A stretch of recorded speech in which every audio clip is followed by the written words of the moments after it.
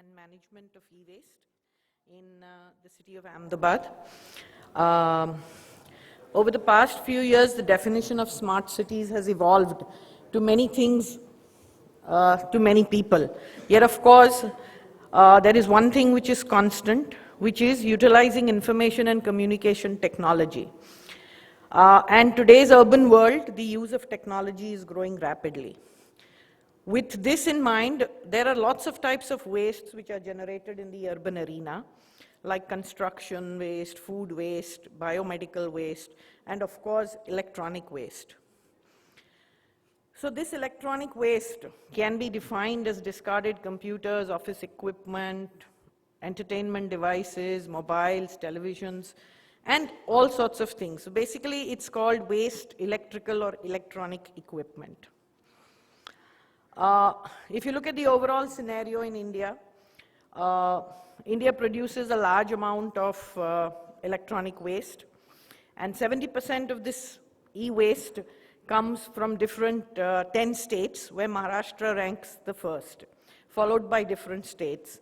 And Gujarat is also one of the states, and the top 10 cities generating e-waste, Mumbai, Delhi, Bangalore, Chennai, Kolkata, of course, and Ahmedabad is the 6th largest producer of e-waste. There are a few authorized recycling facilities of e-waste in India, but they capture only about 3% of this total e-waste that is generated. The rest of it makes its way to informal recycling yards in major cities. And the people in this informal sector, they handle the e-waste, doing open dismantling, working in unhygienic conditions, and even burning the unwanted things in an open environment, which is hazardous. It's not that there are no laws for this e-waste, but adherence to these laws by the informal sector is yet to happen. There is an e-waste management and handling rules of 2011, which is applicable to every producer, consumer, or a bulk consumer, and to the recycling units. These rules were updated in 2016 and are effective from 1st October 2016. There is a Central Pollution Control Board, which is the overall coordinating body for enforcement of these rules and preparing guidelines and conducting assessments and things of that sort. There are a few case studies also which are discussed. There is one on e-waste in the Mumbai-Pune area where it discussed how these hazardous elements are present. There is a case study of e-waste management in Bangalore city where the management and handling of electronic waste has been adopted for the city of Bangalore. In the international scenario, there are e-waste regulations and managements are present in countries like Germany, Australia, Switzerland, Europe. And Europe and Japan, they have similar regulations and have different approaches to e-waste management, where one emphasis more on the environmental legislations and the other emphasis more on the technological advancements. The learnings from these developed countries, of course, can be used by the developing countries. Now coming to Ahmedabad. Ahmedabad is in Gujarat. It has a population as per the census data which is given over here, but of course it's growing rapidly. It has been selected as one of the first 20 smart cities in India, and of course it ranks 6th among the top Indian cities generating e-waste. If you see this diagram, these are the major areas where e-waste is collected in the city, in the informal sector. We did a small, the project was done with a student of mine in the Masters of Urban Management program.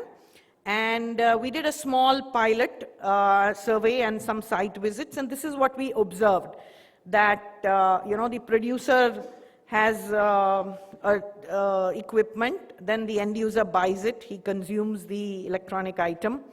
It's either upgraded, sold in second hand, used as a buyback, then maybe it goes to be discarded through scrap dealers, or if it goes to the buyback, it goes to the proper recycling method. Scrap dealers dismantle it, some of the parts are reused. So, this is a sort of cycle which was observed for e-waste management. So what we did was we did a small survey where we did questionnaires, survey for the citizens and the consumers. We even spoke to small and medium scale enterprises, and we did an interview of the informal sector, that is the scrap dealers of e-waste, and of companies dealing with the e-waste, and of course the Municipal Corporation of Ahmedabad. So when we talked about the consumer end user survey, we had a survey of 42 responses with varied age groups, education and occupation.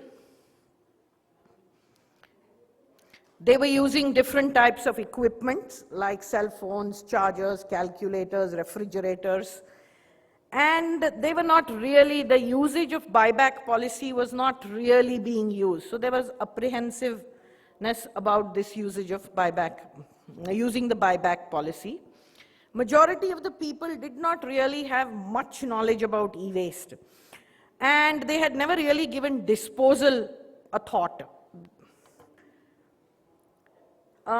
Whenever it came to disposal, when this equipment was damaged, a majority of them either tried to get it repaired, and if it was totally unrepairable, they would keep it at home or they would give it to scrap dealers.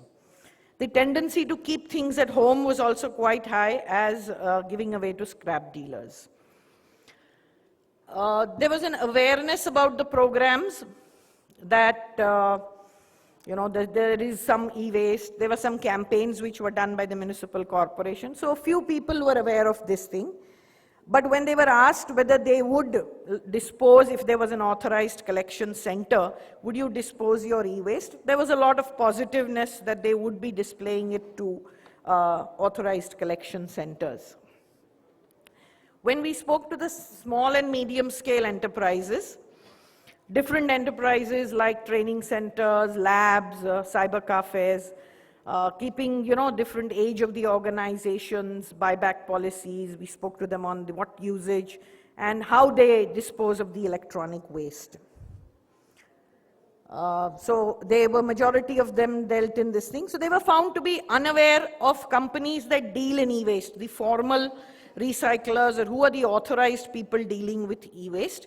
But all of them were positive that they would give their e-waste to authorized centers if they were available, and probably even small, less valued items could be given to a collection bin type of thing, like, headphones or remotes or things like that, which really don't matter.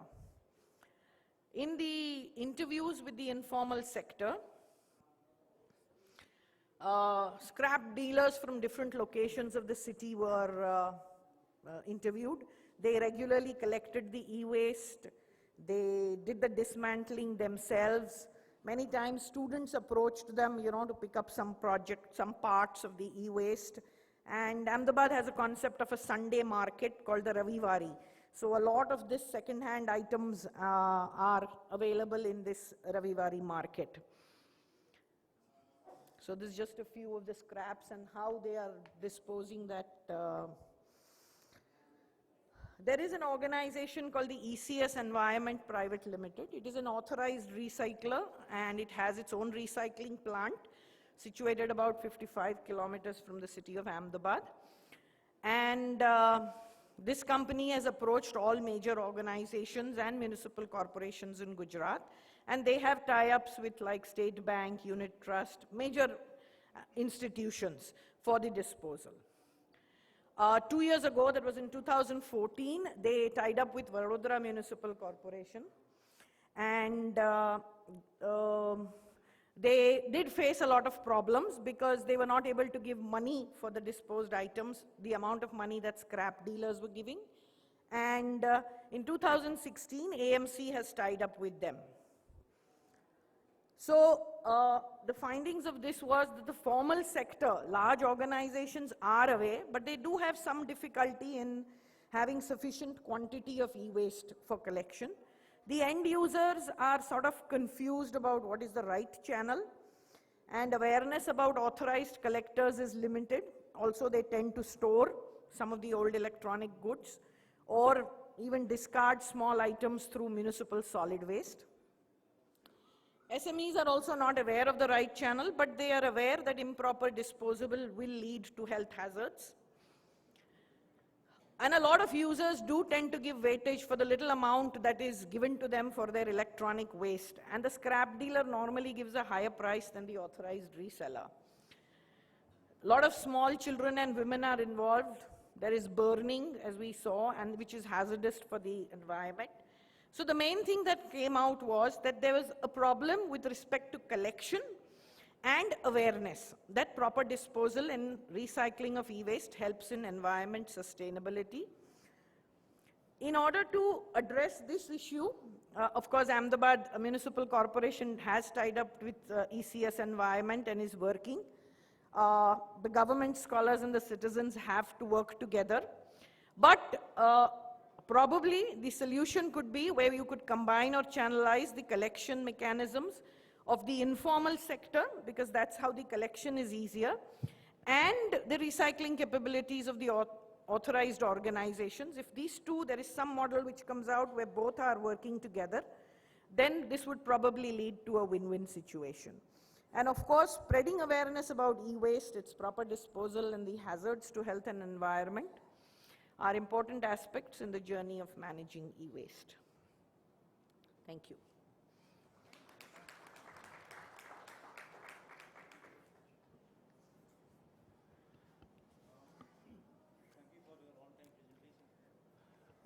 Any questions from the floor?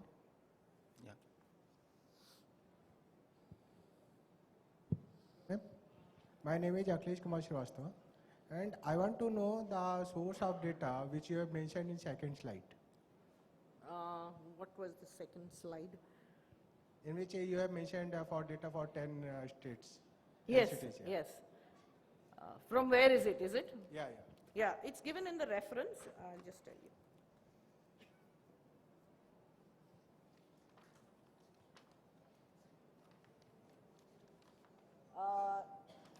Fourth source. So it is from a paper from Reena Gupta and Sangeeta Kaur Virender, Electronic E-Waste, a case study from a research journal of chemical sciences.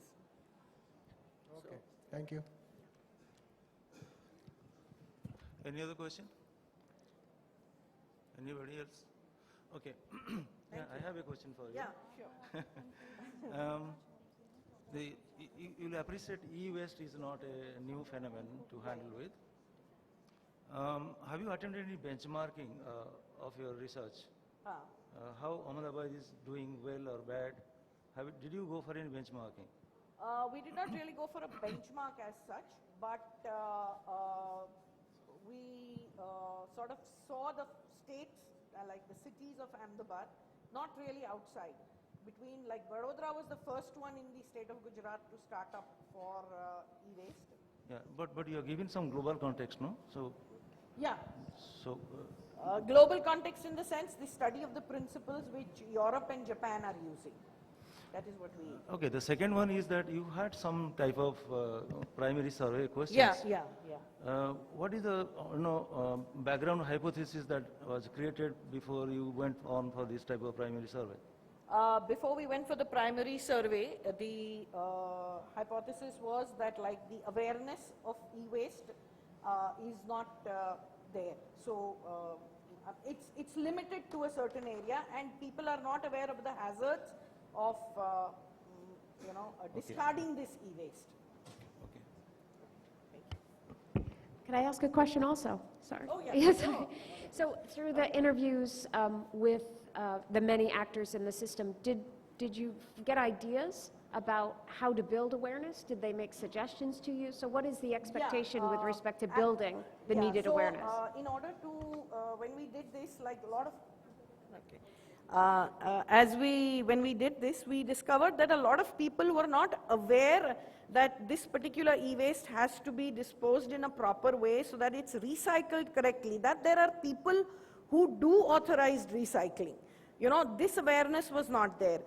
I mean, just, sorry to say, but just putting up a link on a website doesn't tell you that, I can go to this authorized reseller and cycle it. There has to be a campaign There have to be some momentums. There is another organization in Ahmedabad.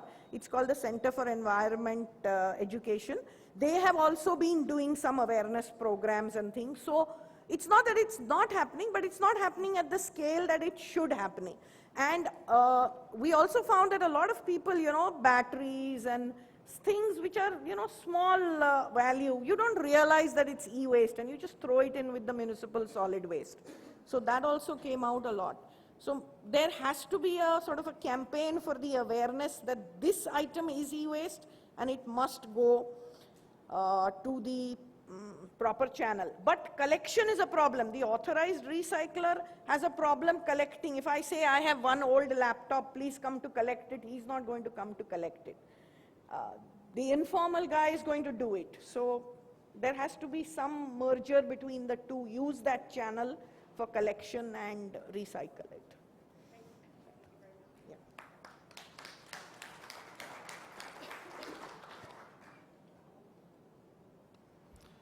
Now, let me invite the second presenter, Dr. Anjali Kaushik. The title of the presentation is GIS-based Decision Support System in Government, Cases from India.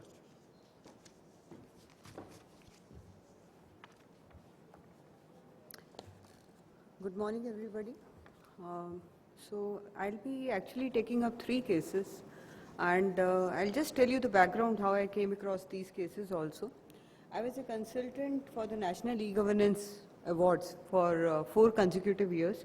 So while I was studying, I specifically came across these 3 case studies, which were doing reasonably well. So, we decided to go a step further and study these case studies. And so there are some common learnings from these case studies which I want to share with you through this paper. So the case studies that we are discussing here, they are GIS-based initiatives in infrastructure development and watershed planning in India and management, and where GeoIT has been used for decision support in government. Specifically, we use the ANT actor network theory to explain the GIS-based decision support systems. ANT offers the opportunity to view the activity of scientific investigation, not just in terms of results and accuracy of results, but also process. So, we are trying to study the surrounding processes, how things have happened.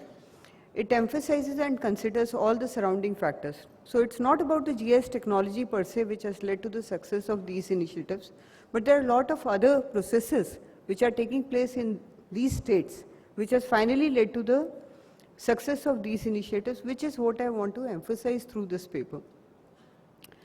We also discussed the innovative use of technology that has brought the transformation in terms of accountability, transparency, quality of service, pace of implementation, ownership by community members, monitoring, and many other areas. We discussed the National GIS MMP, which is launched as part of National E-Governance Plan 2 with E-Kranti, and give recommendations based on the case studies. I think everybody knows about the GeoIT part of it. I need not to spend too much of time on that. GeoIT is utilized in diverse socio-economic activity now, such as urban planning, land management, infrastructure planning, natural resource management, disaster management, and forestry. The cases that we are discussing here, they are from village areas, but the planning has to percolate down to all the areas so that we can move forward. And GeoIT encompasses GIS, RS, global positioning system, and related services offered via the internet. GIS allows users to integrate and manage geographic data and link them to maps of specific areas. It also enables data visualization using maps, which enhance the system usability and helps in the decision-making process. The combined power of web-based GIS and online RS tools can significantly reduce the high cost and labor associated with environmental monitoring and natural resource management.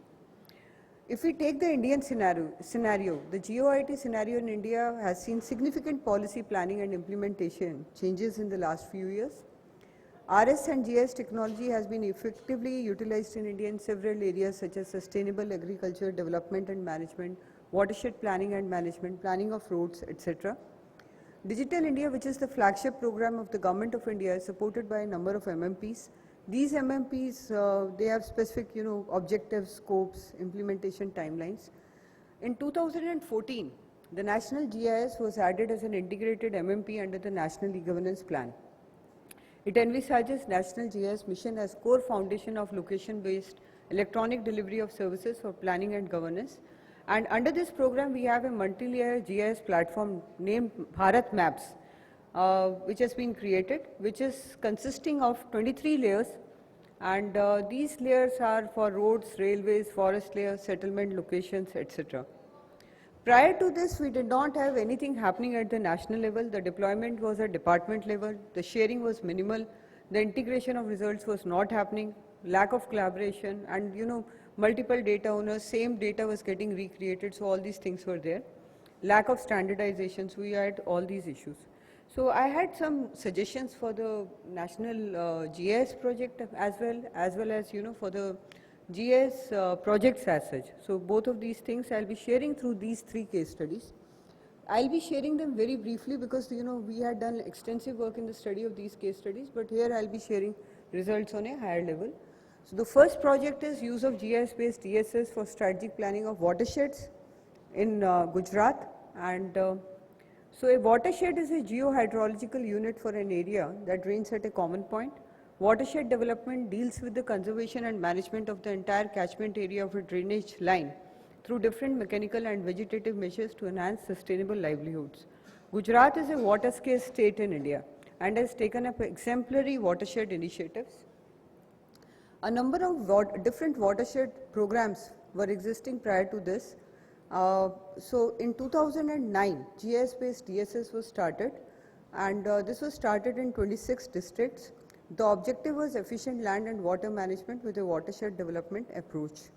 And the new planning process consisted of creating development and management of geospatial database depicting present conditions of land, water and vegetation with respect to watershed under different ownerships at village level.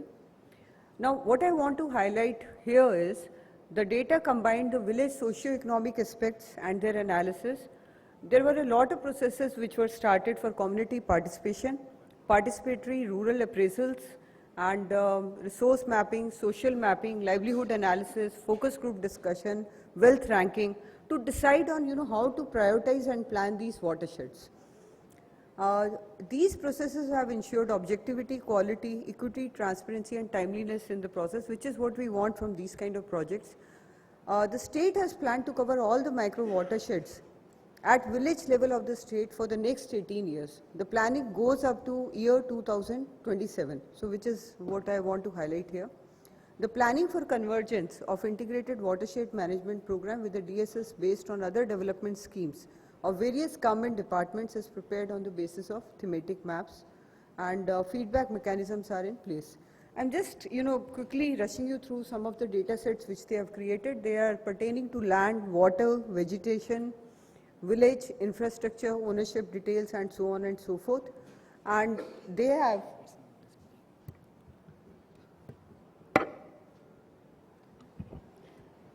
Momentary technical difficulties, I hope. so this is not a part of my time. No. I'll just quickly, I'm sorry, I was not aware that this is not getting highlighted here. So I was thinking all these data sets are visible. So these are the data sets that I've been talking of. They pertain to your land, water, vegetation, village, infrastructure, ownership and so on and so forth. Along with that, what they have combined is they have a weightage, prioritization, poverty index, percentage of scheduled caste, scheduled tribe population, wages, groundwater, moisture index. So all these kind of things they have combined, irrigation area, drinking water. And these maps there is a superimposition of images to decide on the prioritization and planning. And the whole concept is working very beautifully in the sense the prioritization has happened for 18 years. There are minor deviations. I am not saying, this is a sacrosanct kind of a thing, but it gives a very good guidance to carry out the plan for the next 18 years. So this is what I wanted to highlight basically, how the superimposition has helped. So this was, and what I also want to highlight here are the other processes which are taking place in the state. Benefits, they have identified watersheds that are most vulnerable and that are socio-economically from the most backward in the district, and it's demand-driven, need-based watershed planning with active participation of community members and so on and so forth.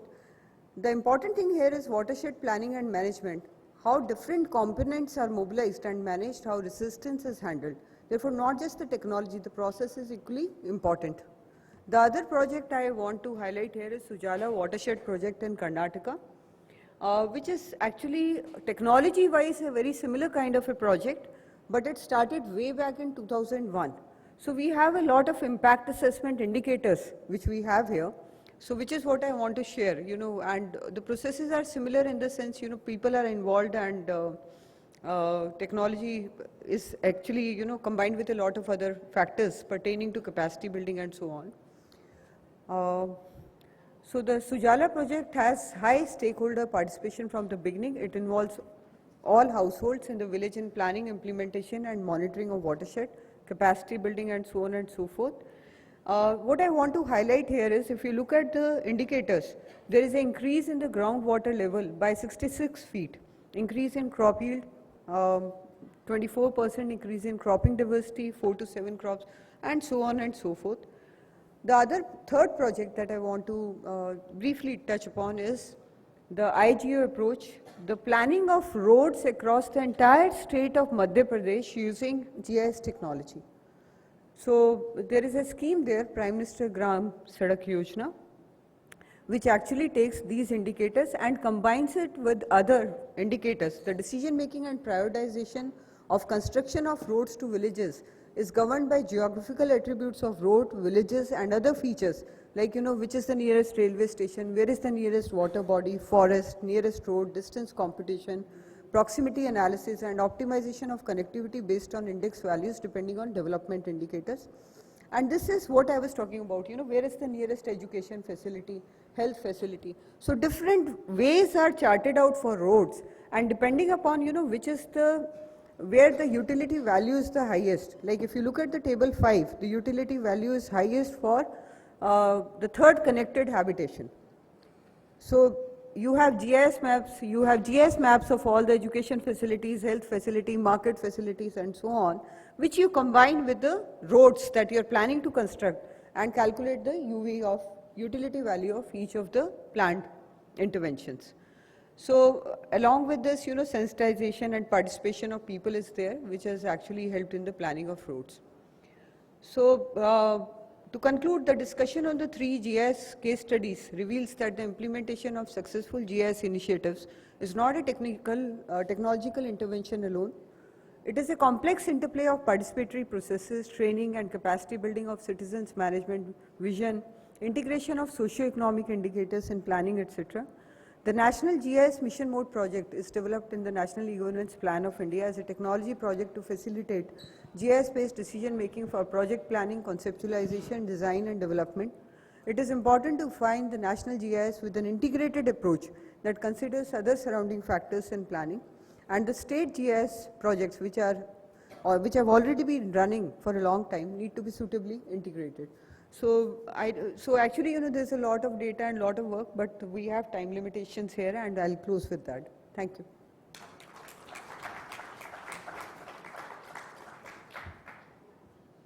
Do we have any questions from the audience? You have a question back there? Okay.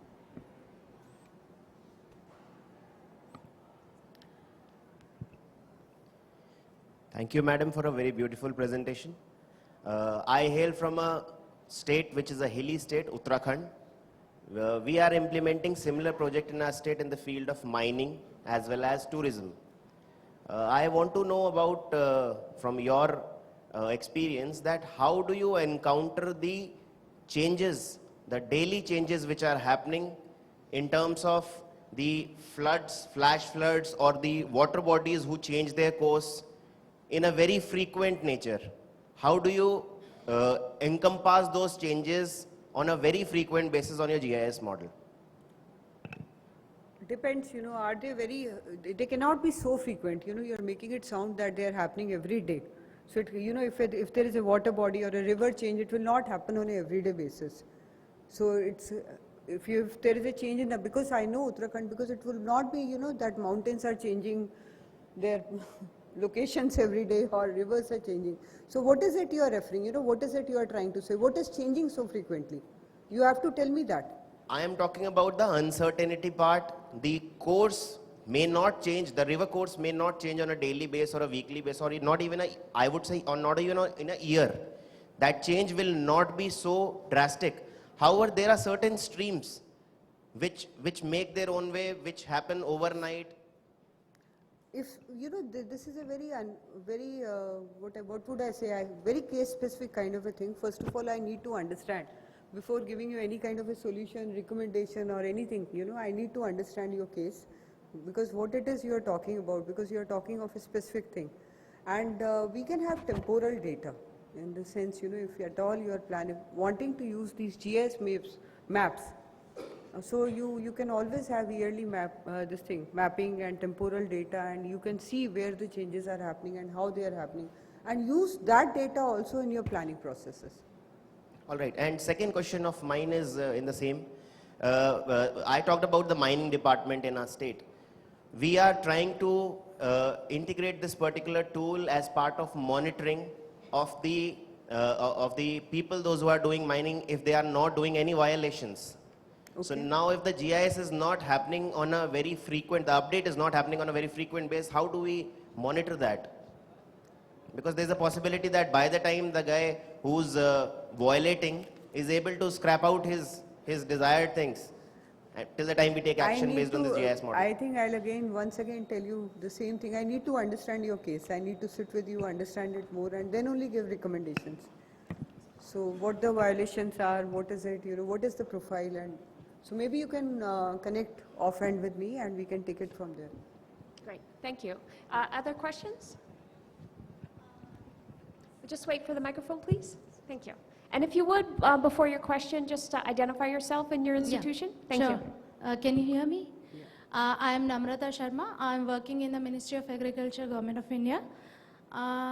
It was a very good presentation, and I think GIS is a very effective technology, and you've demonstrated that through the case studies that you have mentioned here. What my concern is that can we use or is the government in any concept mode for decongesting the cities of India, which are through the use of GIS. I just want to understand, because we are heavily congested, and I have been in Delhi, and over a period of past 10 to 15 years, it has swollen up like anything. So is there any initiative from the Government of India to use GIS as a technology to decongest our major cities? I think that's a very, very good thought, because I suffer equally. I am also from Delhi, and I suffer as much as you do. And I feel, the road planning and traffic planning, if that can take, if these two things can, take help of GIS, that would be an excellent thing. But I am not aware if anything like that is happening in government as of now. But I think that would be a very good component. Yeah. So that's a very good part of urban planning. If we can do the road planning and traffic planning in such a way that the congestion problems are minimized, and we all are happy after that. So and I have one question. Thank you very much for this paper. I very much enjoyed it. I spent early part of my career building GIS data repositories for the state of New York for exactly the same kind of purpose. So it's very exciting to me. In your paper, you talked about the issue of resistance, and you showed us quite a set of benefits. And so I wonder if you can talk a little bit about the participatory decision-making processes that you use to build support for the kinds of decisions that are being made, or to engage in those decisions. Right. And was the data about benefits part of that process? Did it help reduce resistance? Yes. I think that was a very, very important process, and specifically, I would like to talk about Gujarat, which has handled it very well. Now, we had all these GIS maps, but before that, what was happening is that the person who is more influential in the village, he would actually, influence the decision-making processes, and he would actually be a key factor in deciding where the next watershed would be started. So that is how it was happening. He had a lot of influence. So when I went to all these villages, I saw that there is a room which is there where you actually put all the maps on the floor. The people are called and this information, this GIS planning exercise is shared with them. That this is why we have prioritized, this is what it is showing. So I'm not saying there were no deviations, there were zero deviations, but there were very, very minor deviations. People could understand the logic and why it is being done like that. So people were involved, feedback was taken. There were sometimes a change in terms of prioritizing, in the sense, a watershed which may be planned maybe after 2-3 other watersheds may be taken up before. So these kind of things did happen, but on the whole, when people understood, at least there were a group of people who could understand the process, they could actually convince the other people, and things started to happen. So this is what I saw in the villages. Thank you very much. Thank you. Thank you.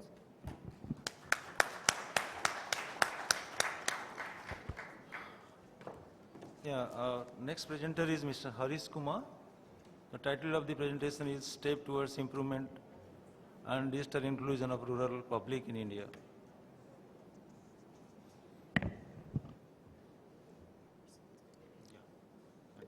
That's right, it has come.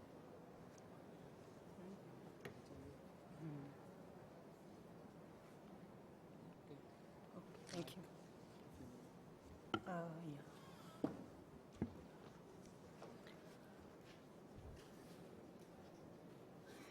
Respected people on the dais, ladies and gentlemen, a very warm good morning to all of you.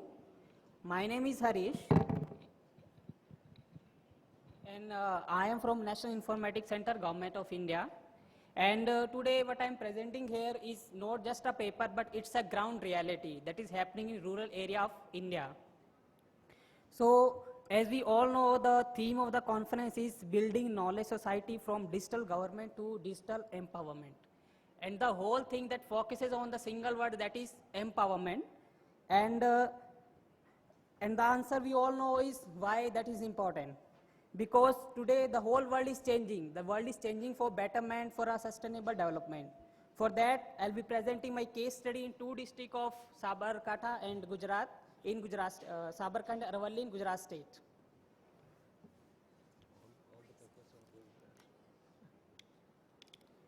This is a small introduction of our case study. Today, we know India is one of the largest economy in the world, and it is having a very, very huge demographic dividend, and that is estimated to be 64% in 2020. And that has the report has been given by Economic Survey of India in 2013 and 14. And India, major percentage of people are living in rural India. And we all know to harness the benefit of demographic dividend, India needs to empower our people through information and communication technologies. And we all know that digital inclusion and social inclusion, all these are the factors we need to be take care, so that escalating inequity and digital divide can be reduced up to a certain extent.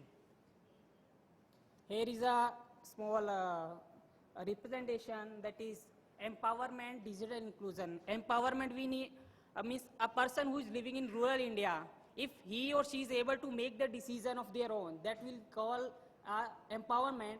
And second is digital inclusion, that is technology acceptability. Suppose we are going in a village, the person who is living in the village, he don't know how to use internet, how to use computer. So how that person will make any digital payment or any digital transaction? It will be very, very hard for them to accept these things. So first thing, we need to bring some transparency and some kind of trust. Then only they will do the digital transaction and everything like that. After getting this, we'll be having growth with equity and sustainable development. And goal of our study was to empowerment and digital inclusion of rural people in the India.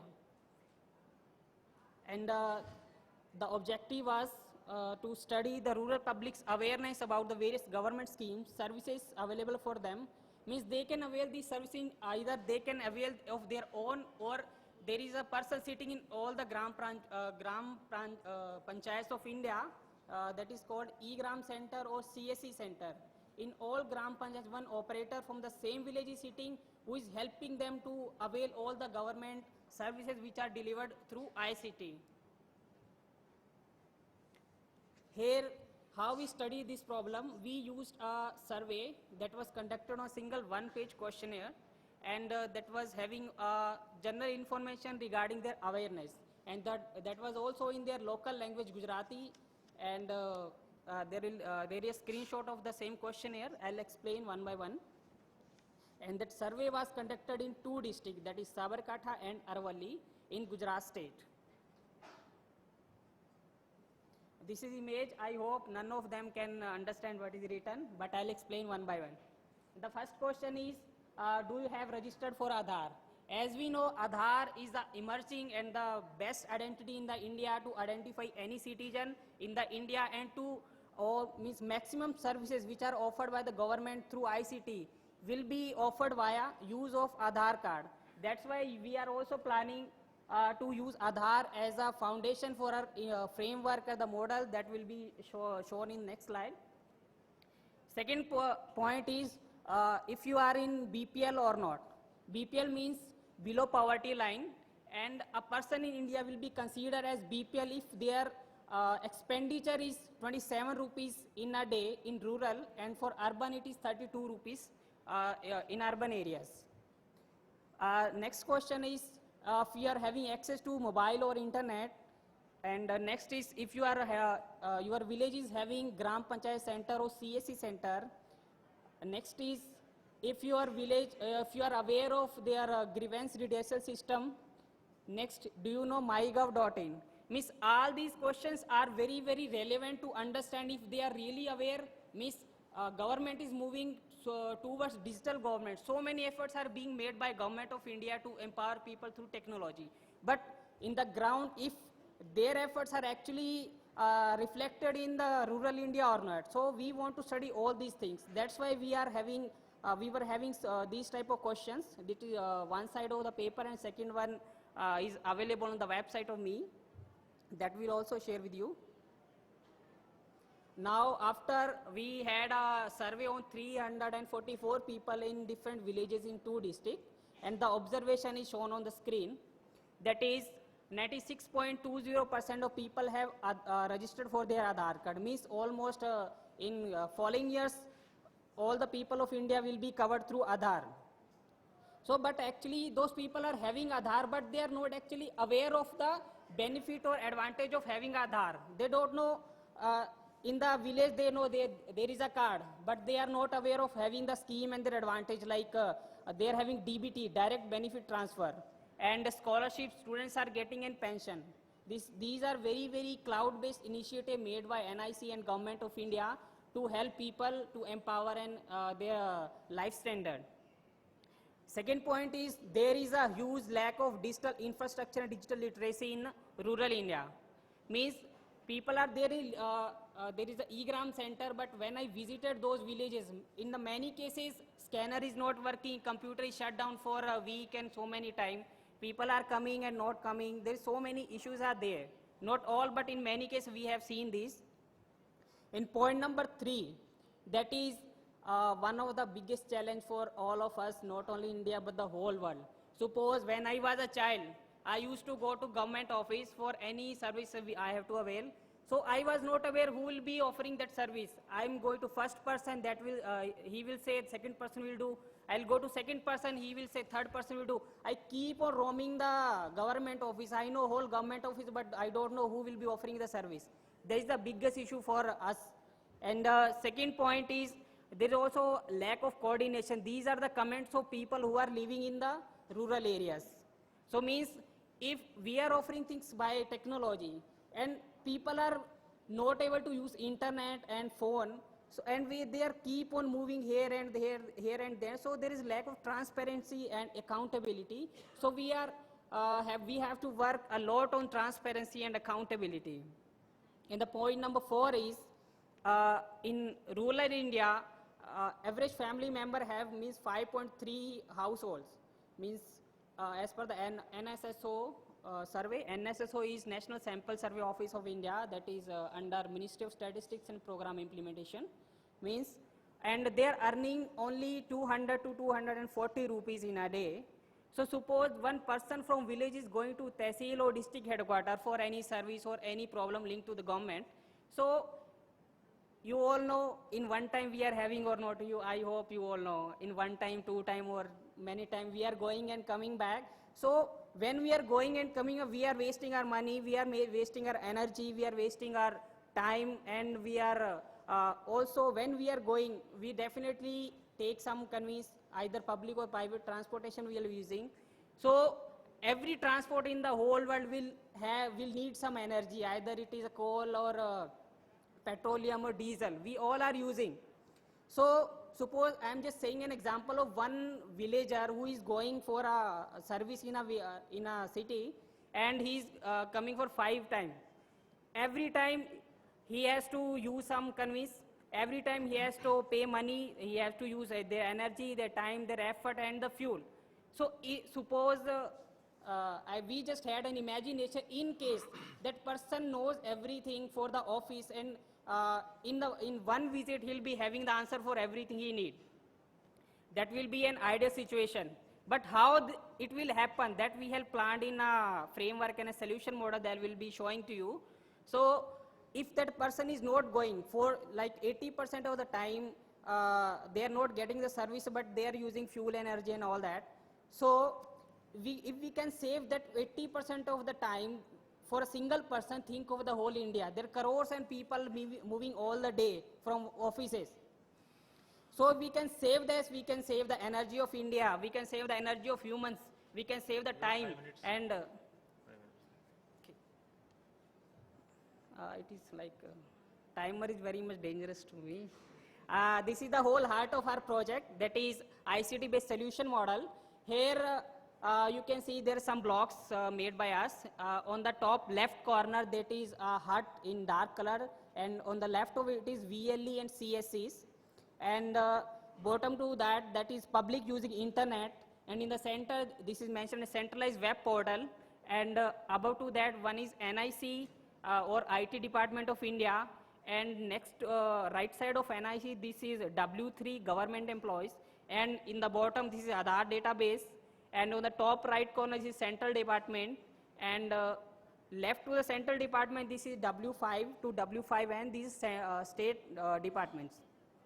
Means how the system will work is, means all the central web portal will be made by Government of India.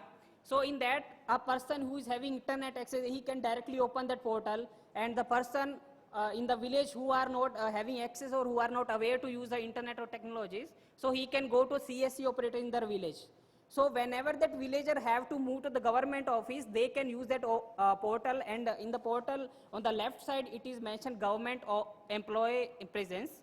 So from that they have to select their state, their district and their tehsil. Tehsil means city in the district.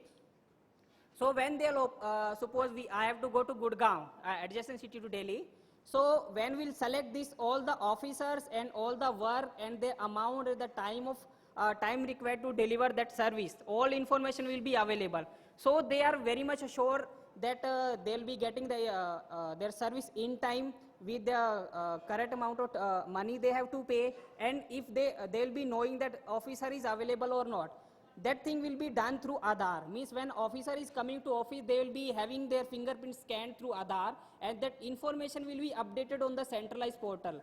So all the officers which are present, that status will be shown on this portal. Means suppose education officer, you want to meet education officer, that status will be shown on the centralized web portal.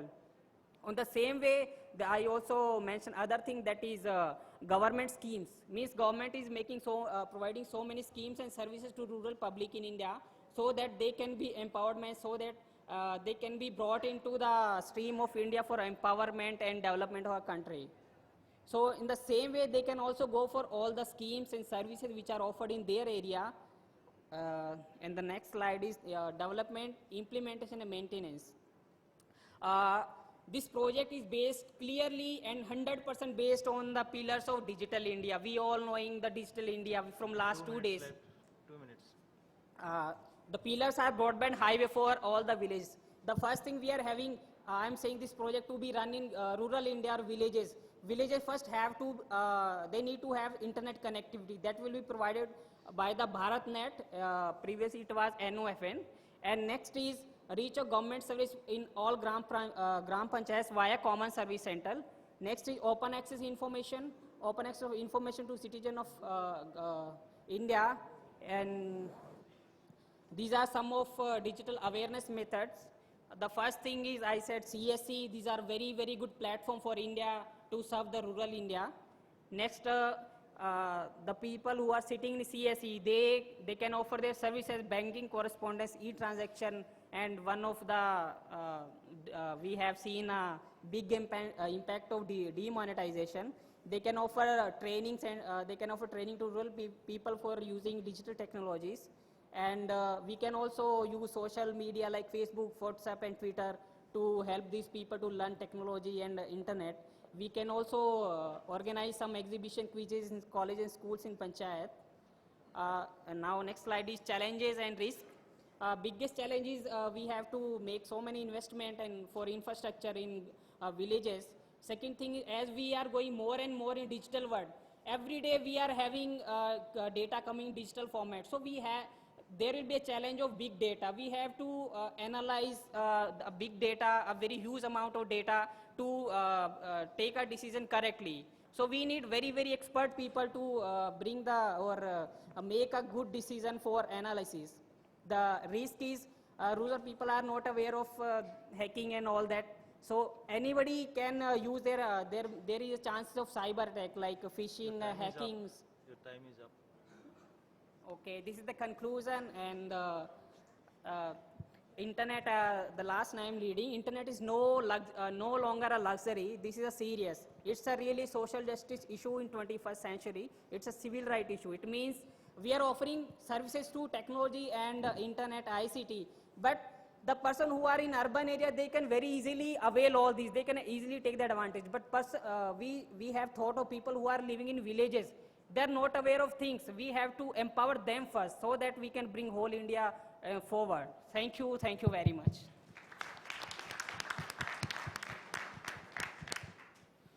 Any questions from the audience, please? Yeah. So many hands are up. Thank you for your presentation. I am Rajesh Sharma from NEGD. Actually, while I saw your presentation, it moved quite a bit from, you started with the awareness issues, then you moved to that issue of appointment not being available when you go to the government office, and then you moved to something else. So I found it a bit, hazy in that way. Yes. But my main question is that the solution which you are proposing is already available in the form of CSCs. There are several logins are available, apnacsc.gov.in. You must be aware because Yes, sir, you went to the CSCs and conducted this survey. Yes. And there is also in Gujarat, there is a very good model of delivery of services E-gram, yes. through CSCs as well as through the mobile. Then Yes, why do you feel that people actually are required to go to the government office at all? No, I am not feeling the people to, we don't want people to come to government offices, but there is services are offered to the villages, but they are not aware of or they are not using them. Means even they are not aware how to use these services. This is the issue. Means people are there. When I was there in the village, I had a cup of tea with them. So I asked, do you know induction cooker? They asked me 10 times, what is this? So means government is offering very good platform, very good services. But thing is, people in the rural India, they are not much aware. People in the morning, 4 a.m., they are waking up at 4 a.m., they are going to for their labors and their farms, they are going. But they are not having a single mobile. So these are the biggest point we have to look into it. That is, we have to make them aware that platform is available, they have to use and how they'll use. Yeah, I think. Yeah. Oh, so many. Okay, yeah. Yep, thank you for presentation. I'm Sal Maloulia from Laval University. My question is, what is a village in India compared to a village in Canada? It is around 1,000 persons living in a 300 kilometer square. So this is, my first question is just to contextualize the concept of village in India. My second part is, you've been talking about empowering citizens. And the framework that you presented, or the model that you presented, is more about how people can get services digitally from government. But what about the issues, the real issues that people are really facing? The way that they want to go to their work, the way that their kids want to go to their schools. So empowering citizens, in my understanding, is also to go from the bottom to understand the needs of the citizens and try to respond them in order to build what we call the smart village. So just to better understand the way that you are building the smart villages. Thank you. Okay. Yes, government is making so many efforts to address all these issues. Means in India, villages means there generally are people living 1,000 to 5,000 people are living, and this is a bit away from the main district or state district headquarters. So people they are generally they are moving from their village to government offices, and there is services which are available in the village. Their education they can study up to class 10th or class 8th. So further to make an impact on development of India and for all the sustainable growth for the India and for village. So they are moving for city and for other services also. So this is the we have seen people actually technology is the biggest enabler for all the, address all these issues. But people how they are using the technology that is the issue. So we are making people how we can make them people aware to use all these things. So we are working on that only, and we also making requests for local people, Sarpanch who is looking after all the, means Sarpanch who is the head of village, looking after all the things in the village and all the arrangement and management in the village. And another in the district and Tehsil or city headquarters, we are also meeting for the same things. We are working on it. Yeah, thank you. I think I think time is running out of our hands, and I think we can discuss with him after the proceedings are over. I have a question for you. This is a very good comment that he made. Yes, sir. Can you build on further why how e-gram is actually behaving in Gujarat? Actually, sir, e-gram is offering good services, but many times person when I'm telling the real story. So when I went to a village. No, you made a primary survey, is it not? Yes, sir. So your objective was to understand how the empowerment is happening. Yes, sir. So do you conclude that empowerment is there through your study? Yes, sir, it is helping, but there is No, how do you define empowerment? Empower means the person who is living in a village, he have to take their decision. We are offering service by technology. So the people who can take their self-decision to self-decision their life. So what is your primary survey speaking about? Are they really taking their own decisions?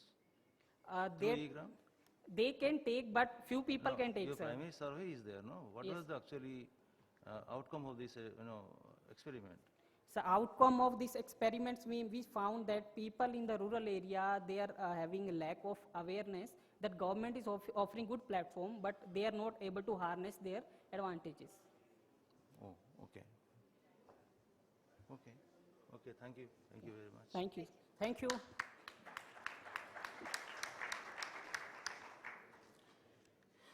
Yeah. Our next presenter is Mr. Saga. And the title of the presentation is Sustainability of the Rural ICT Project, a case of Aqua e-agri service in Maharashtra.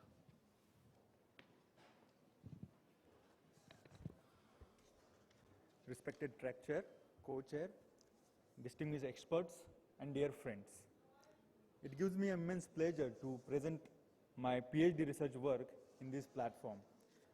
This research work was carried out at National Dairy Research Institute, Karnal, Haryana, one of the deemed university of Indian Council of Agriculture Research. So this is the flow of my presentation. First, I'll give the brief introduction about my area of research, then research gap, then objective of my research, then methodology followed by the findings and implications from the study.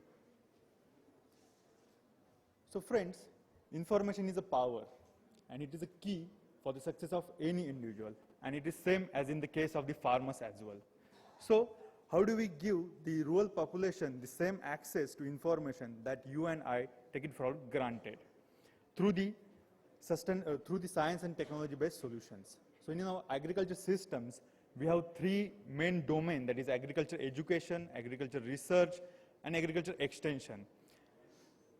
I belong to agriculture extension discipline and the domain, and which deals with the transferring of the technology from institutional door to the farmer's door, that is transfer of technology.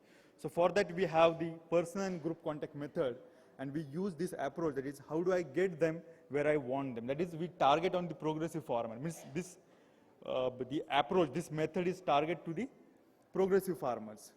Then with the advent of printing technology, we started following the print media, and we started offering the farmers which they want. Then in the 21st century, which we call it as a digital era, we followed this electronic media, and we started following this approach, that is, how do I help people achieve what they themselves want to achieve? This is nothing but we are talking about the digital empowerment. When the farmers are able to choose what they want, so this is the empowerment. So in this context, there are 15 plus agri portals are there which provides the agro advisory services to the farmers. Among these, one of the portal, agri portal, that is ICEGOV, that is almost all questions answered e-agri service. This portal was developed by the IIT Mumbai in collaboration with the Krishi Vigyan Kendra, that is Farm Science Center, Baramati, Pune, and Vigyan Ashram Pawar, Maharashtra in 2003. This project was funded by the Media Lab Asia, IIT Bombay, Development Gateway India Foundation, and Pan Asia Networking from 2003-2006. And after this period, this portal supported by the Agrocram Private Limited Company, which supports the ICEGOV server, the various database of web and mobile services powering ICEGOV web, ICEGOV mobile. From that, the randomly 30 users were selected. So this is the KVK Baramati. This is the technical person who is operating that web portal. And farmers also can go directly to the KVK person to ask questions and solve their queries. Also, they can take this photograph of that infected plants, and they can post with the, their queries into the ICEGOV portal. These are some glimpses from data collection. Now coming to the operationalization part of the sustainability. The sustainability was operationalized as the probability that the present and the future benefits from an ICEGOV, e-agri service, is maintained at an appropriate level after the withdrawal of the donor support. And the sustainability is broader concept, or it's called as a construct, so it cannot be directly measured. So with the help of these 5 dimensions of sustainability, I have measured the sustainability index, and the 3 methods are using, like Mendoza and Prabhu for multi-criteria approach, then Parkins and co-worker mixed method approach, and Gulford's normalized rank order method for developing the index. So this is the procedure for index development. First, the 5 dimensions of sustainability were selected.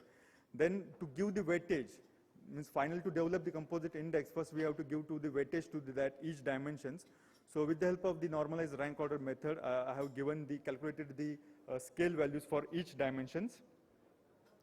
Then after that, under each dimension, I have developed the indicators based on the multi-criteria approach and mixed method approach. And under that indicator, develop the statements. So based on the statement, yes, no type questions were there. And the relevancy weightage for these indicators and statements were also calculated.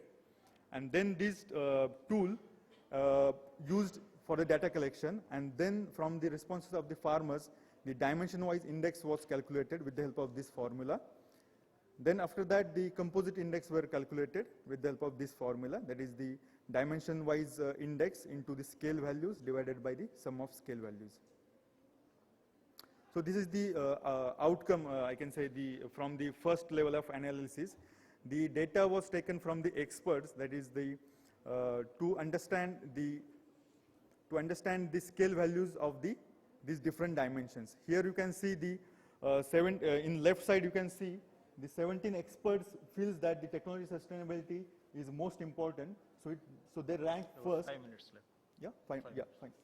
So the they rank first, and it reverse its score gets scored the 5. So so according to the experts, they feel that the technology sustainability is most important, followed by the economic sustainability. Then under the technology sustainability, these are the different 5 indicators based on which I have collected the data. That is appropriateness, whether the technology is appropriate, its system capability, then whether the technology provides the good information, then its performance, then it's whether this portal is easy to use. Then the social sustainability. Under social sustainability, there were 6 indicators were there. That is local adaptability, whether it is adaptable to social acceptability, then loyalty intention, then self-reliance, service provider commitment. And under economic sustainability, 5 indicators were there, whether it is economically benefited to the farmers or not. Then under institutional and political, whether this ICEGOV portal is able to provide its services without any fault.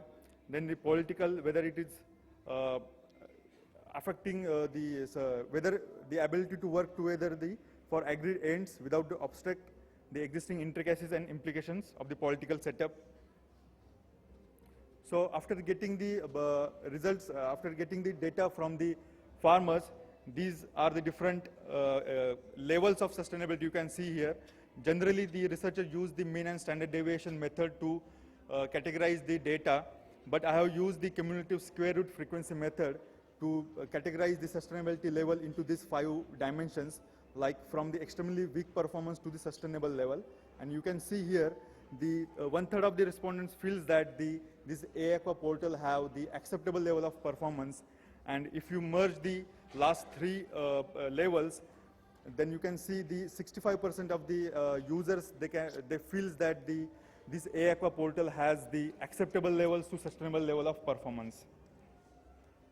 And individual dimension wise, you can see the farmers feels that the social sustainability is most important, followed by the technology sustainability and the economic sustainability.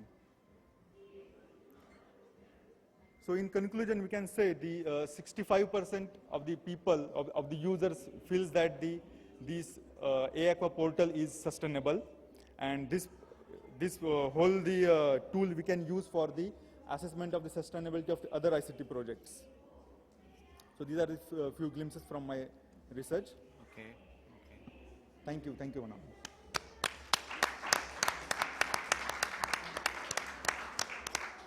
Yeah, thank you for completing your presentation on time. Thank you. Yes, thank you. Yeah.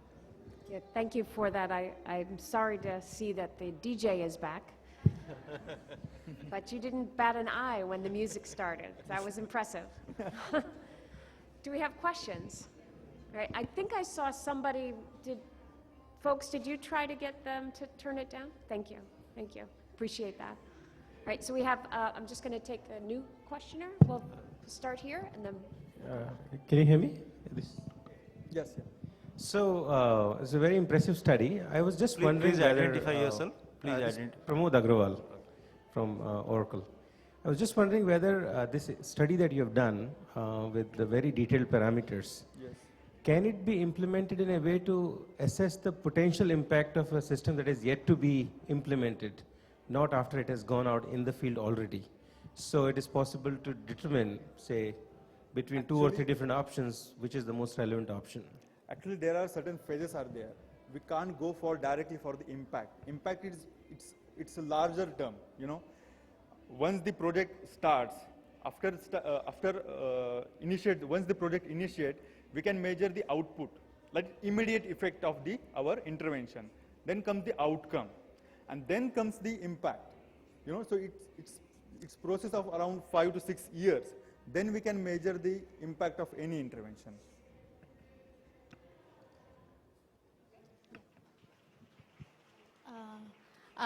Once again, I'm Namrata Sharma. I come from Indian Council of Agricultural Research. You might be very much aware of your studies based on one of our institutes. Yes. There are a few things I would like to comment here. One, your study is based on a very old model. You're talking about some ICT intervention in Baramati, KVK in 2005. So Minister of Agriculture has come a long way from that. And, Yes, I have majored, actually, ma'am, I you- have yeah, majored I in understand. It's a sustainability. case study, fine. But still, I think what I feel is that the Minister of Agriculture, as the other gentleman was just saying, what was could it be scaled or could it be replicated and stuff. So there is a M-Kisan web port, this mobile app which has been launched, and it is working wonders.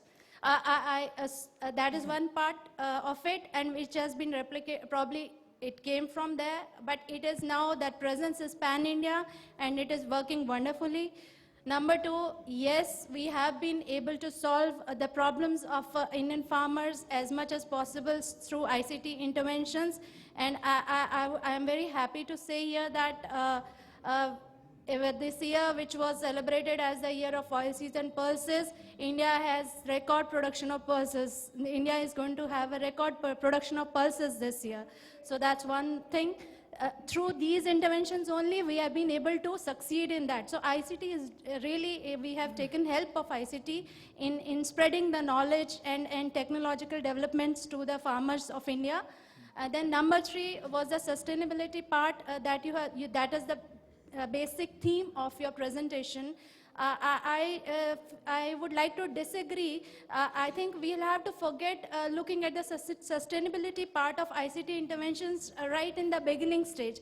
It's like the healthcare, it's like the research. We'll have to pour in a lot more money before we start looking at the sustainability, financial viability aspect of it. And then the sustainability comes in many other forms. They may not be, tangible, but that sustainability is very well taken care of if we are able to bring our citizens, our farmers, or maybe the underprivileged people on board in ICT. That is my observation. It's Thank you. fair enough. That's your input. Yes, actually, to measure the sustainability, first we have to see the pathways of that particular project. And still the sustainability of any ICT project still not systematized properly. I know there are many M services and agri portals are there.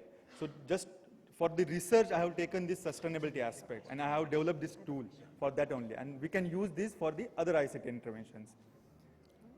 I think we are running out of time. Right, so I have a question.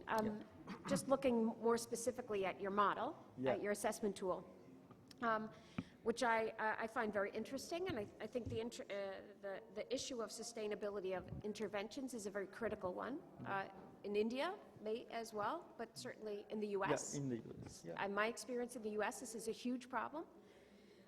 But inside your technological dimension, you have the subdimension of information quality. Yes, Increasingly in the U.S., in my work, I see us needing to pull out information quality, focusing on data management issues as something separate from the way we think about our ICTs and the way we need to think about sustainability of technology interventions or technology investments. Can you talk a little bit about what your thoughts are on that issue of the creation of a data-oriented or information-oriented dimension as separate from a technological dimension? Okay. So actually, ma'am, the information quality which I have measured through if the farmers ask the questions, then whether that server provides the appropriate information to the farmers or not, at first level that. Then whether when he applied that particular suggestion in the field, whether it produces results or not. So based on that, I have developed the statements, and then from that only I have collected the data to judge or to measure the information quality parameter. Okay, thank you. I have got one small question, if you can. See, India is full of innovative ideas to implement in agriculture, and especially in ICT in agriculture. You might have remembered ICEGOV. Yes, ICEGOV, Tamil Nadu. Yeah. So now we have come up with this e-aqua. I could see there is a similarity in the approaches. But as we have been experiencing in India, that scale-up is a major issue. Scale-up is major. And there where sustainability comes in. Yes, exactly. you said two issues which came up. One is that the experts said that technical sustainability is a must, whereas farmers speak about social followed by sustainability. technology. So this is it not a universal hypothesis that what is that actually coming out in the research? What happens, sir, when we plan for ICT intervention, I feel that means the literature also says about that, there is a gap between design and actuality. Means we develop the technology, we develop the ICT-based project, but the ground realities tell something else, or the farmers have different needs and interests, right? So there is a gap in between that. So that's my focus is there. So when we plan for ICT intervention, there are stages are there, like planning, implementation, execution, and then sustainability. So I feel when we start any intervention, it goes for the pilot mode. It goes in pilot mode, that is for specific for the region, in any district. Then scaling up stage comes. So I feel there, when the donor agency seizes their fund, then the scalability issue comes. So I feel that we have to develop that mechanism to transfer that projects to farmer or maybe any agency to further benefits. Okay. So Okay. Thanks a lot. Thank you. Thank you.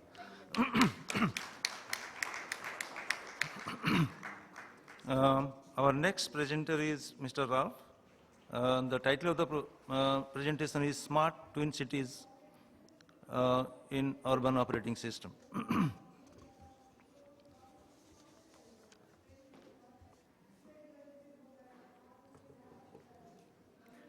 Thank you very much. I'm Ralf Martinsoe, and I'm from Tallinn University of Technology, Estonia. And I'm a research fellow there. So first of all, to start and to give like a bit of my country as well, which is, as it was said earlier as well, it's 1,000 times smaller than India. So we are not a small country, we are a micro country.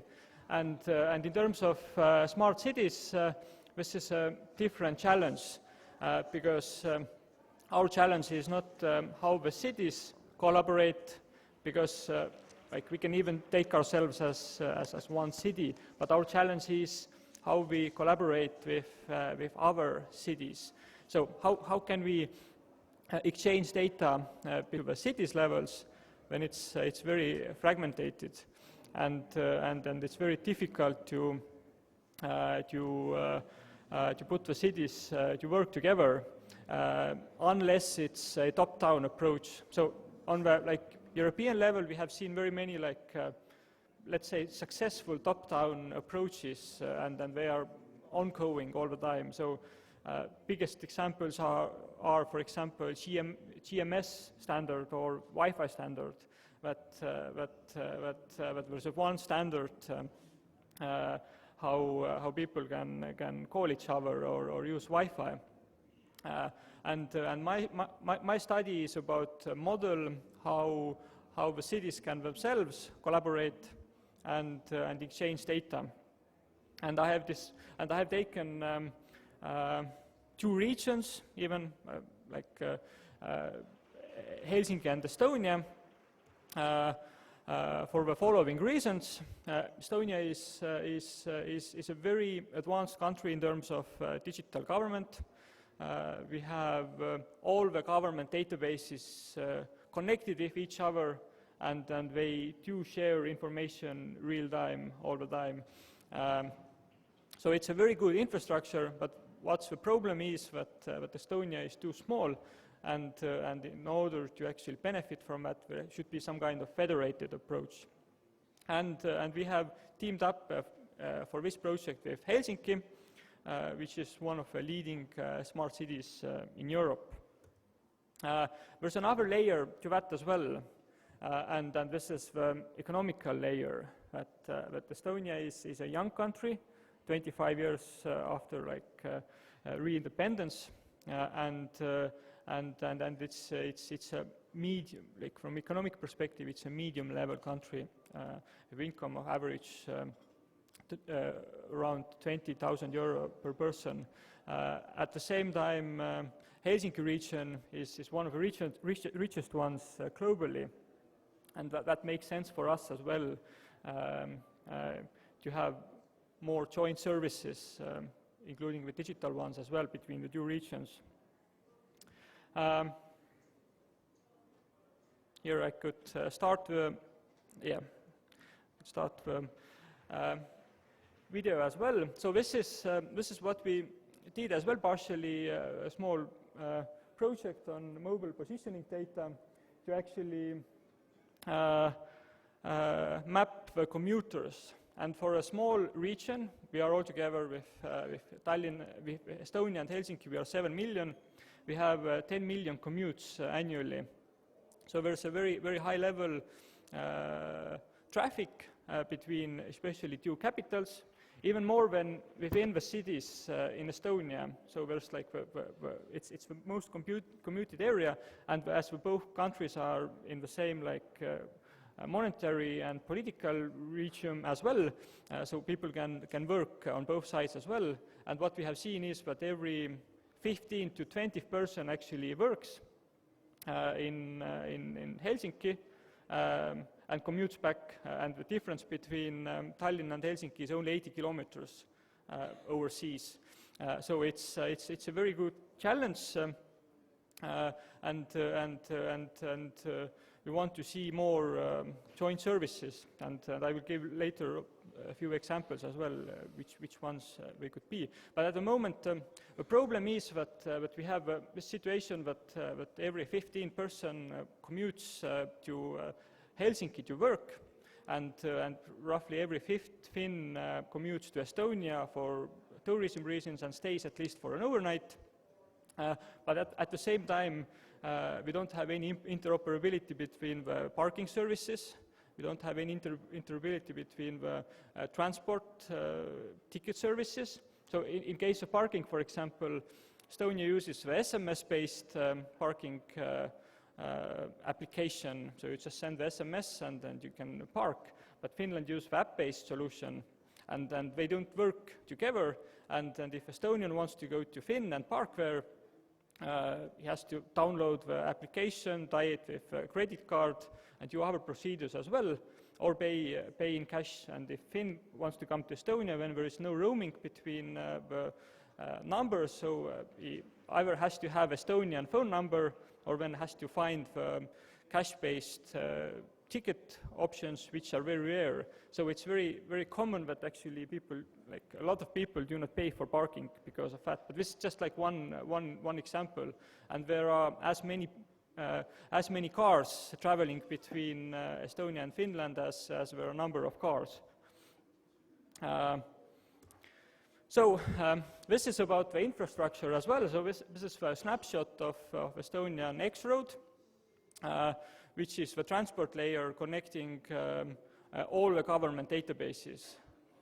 So if you are a government official, you can actually, if you have a right, legal right, you can access whatever information you need. And this works on the city level as well. So cities to exchange information with each other in real time. And this is very, very good.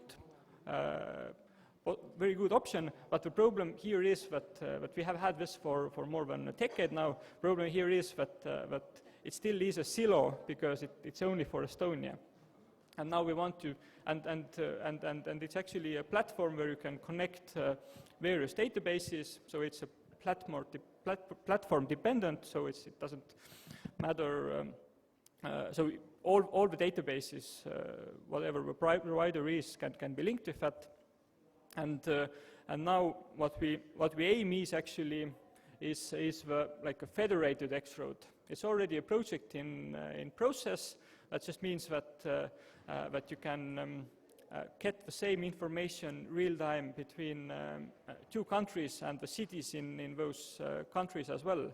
Which means that if I do work in Finland and if I pay taxes there, and if I consume like healthcare, transport services over there, information will be available in real time in my own city and country as well. So I have used, in the theoretical sections, I have used two concepts. One is Smart City and Science of Cities by Michael Patty. This is the interplay between the physical infrastructure and digital infrastructure, and ICT as a connector.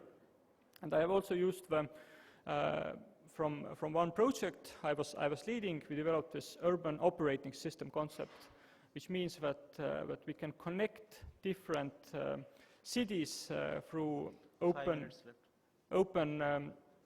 operating systems. And the example was just on the previous slide that you can actually exchange data effectively between the cities. What it also means is that, that you can see this as a platform to connect scientists, officials, citizens, companies between two regions.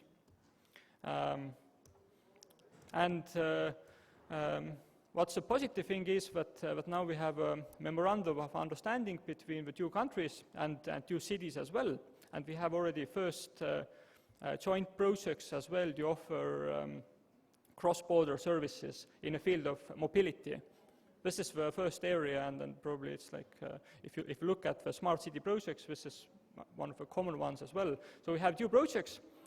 One is Finest Smart Mobility, that actually does offer 4 ICT-based services between the commuters, between the two cities, 4 commuters. Another one is a Finest Link, which actually is a very large-scale infrastructure project, and we are not sure if this works out or not, but it's undersea tunnel between two cities.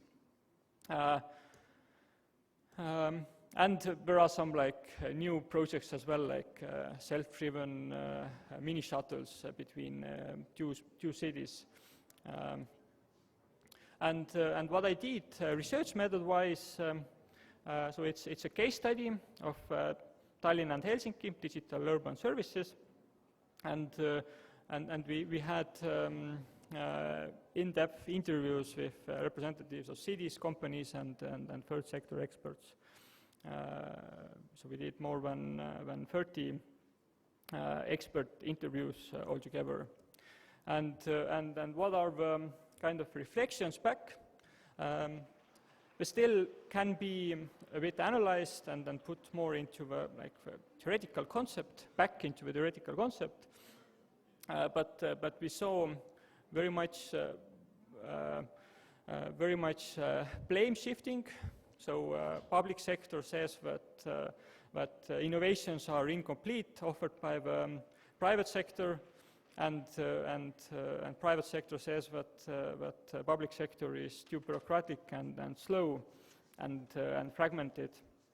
So we saw this a lot, and this is like for Estonia it's very important because most of ICT solutions are developed externally. So in-house development is only for very critical infrastructure, but mainly services are developed by companies.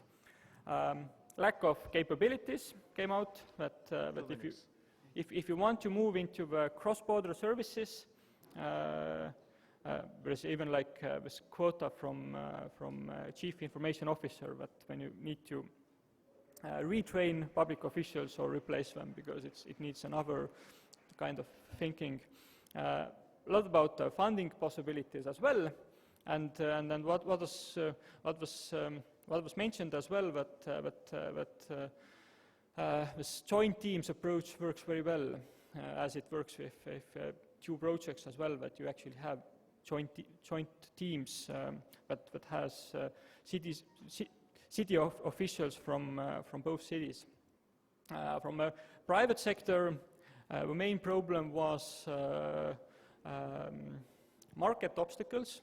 So even for the close-by regions and the similar language and so on, it's still difficult to enter the market and to actually scale your service. And this is what both countries are actually interested, but to take it as one region, and if you can scale your services in two heterogeneous cities, we are very heterogeneous in all aspects, when you can actually scale it everywhere else as well. Last slide, before my name slide. And then what came out from third sector was but also reflections about legislative systems, but also like some guidances for the success models as well. But I liked a lot that if city is willing to take risks, if city is open to innovations, and if city is technologically a high level of technological know-how. Thank you very much.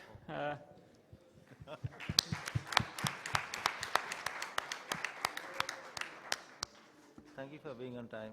Thank you. Yeah. Any questions from the audience? Yeah. A question? Presentation was indeed a good presentation, but you seem to be less interactive. My question is that you talked about the Estonia and the Finland cities, the two very smart cities. Yes, the Estonia and these two smart cities, that's having first position in the digital government in the European Union. But in the presentations, there was a contradictory pointers that one side you say these are the very smart city, and my question is that how a city can be smart without the smart government? So because in making the city smart, there is a contribution of the government. Anyhow, whether it is allowing the private players to play a big role, providing the level playing field. So how you can say that a city is smart? Yes, it is, the data seems to be sound, but this is a very contradictory pointers. So what's your opinion about that? I totally agree. Like, I think smart governance is a critical foundation of smart cities as well. And what I also agree is that no city is smart if it doesn't collaborate with other cities, independent whether it's the size of Tallinn or New Delhi or Rio de Janeiro or whatever the size is.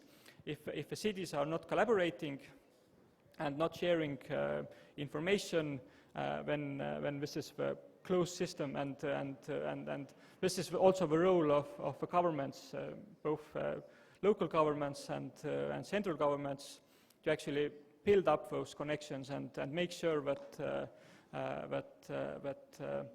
technologies being success models in one city can be scaled to other cities as well. Otherwise, it's very difficult, because in the field of ICT, as you all know, there can be hundreds of thousands of standards, and you can have a very, very brilliant solution in one city, but if you go to other city, it's very difficult and sometimes even impossible to implement it. And so if cities do not collaborate in terms of standards, and then also partially in terms of legislation as well, it's very difficult to actually say that we are smart cities. But I'm fully aware of the difficulties in defining smart city as well. So that's another project, I think. Yeah. Okay. Yeah.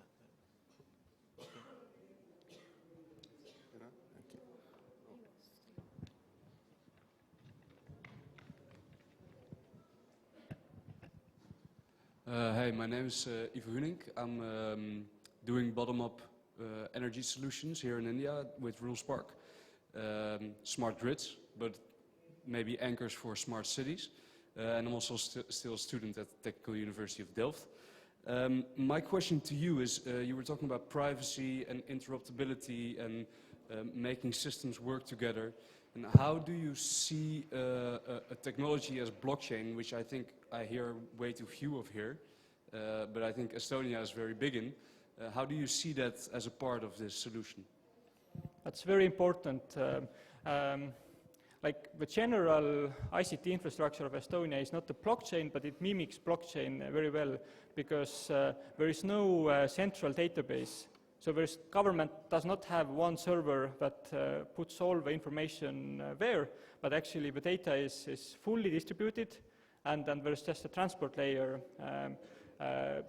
what connects different databases and makes it possible to exchange it as well. So we still see that this model, especially when linked with blockchain technology as well, would be very beneficial for the industrial sector.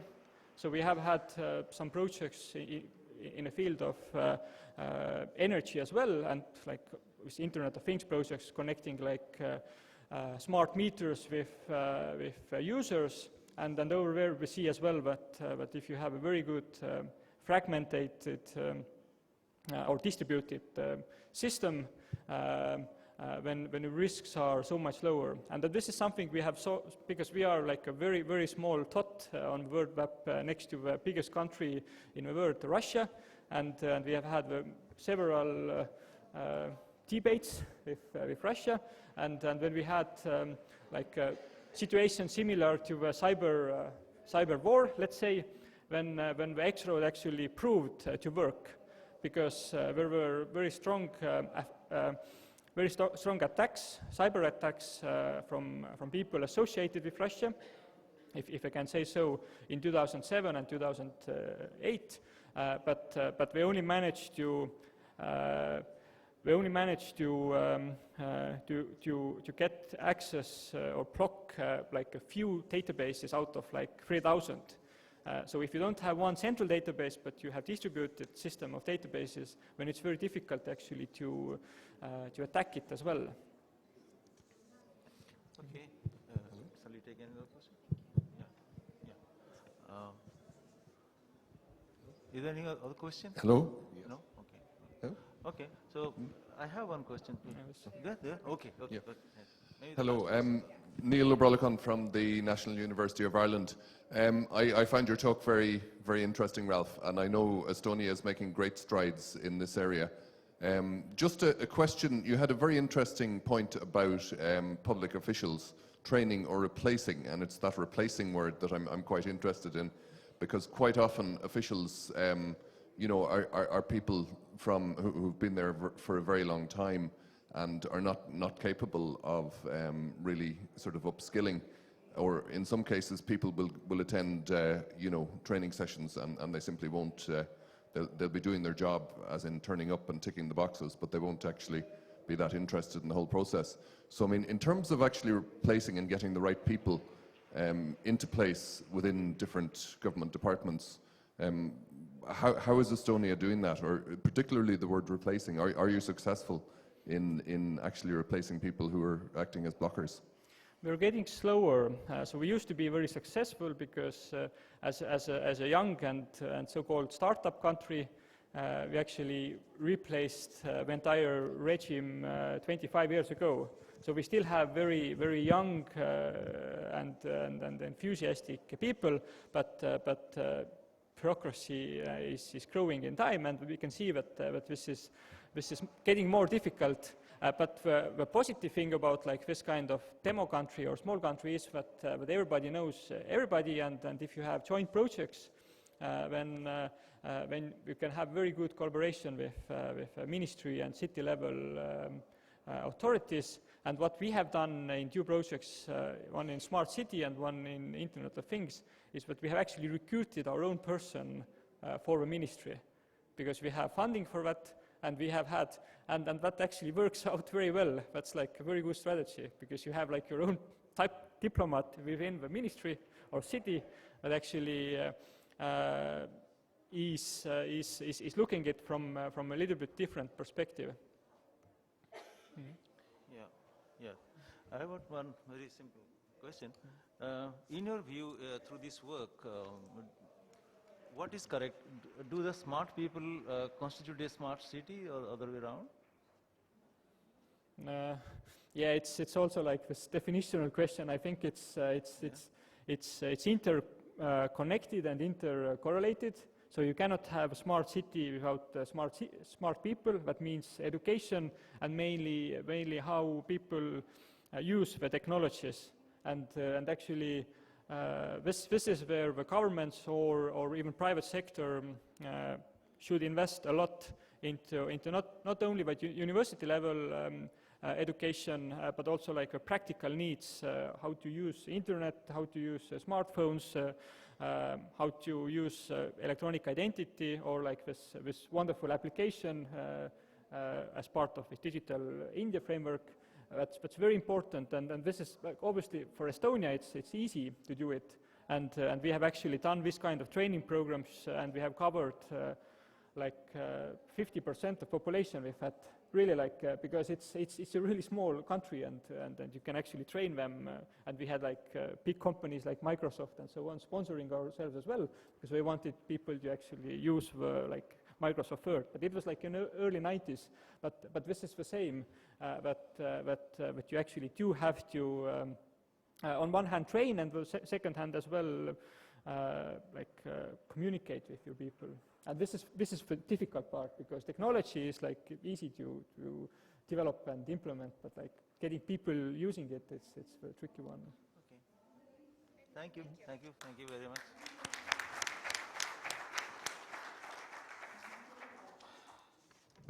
Yeah. Is Mr. Faiz around? You're there? Okay, please come.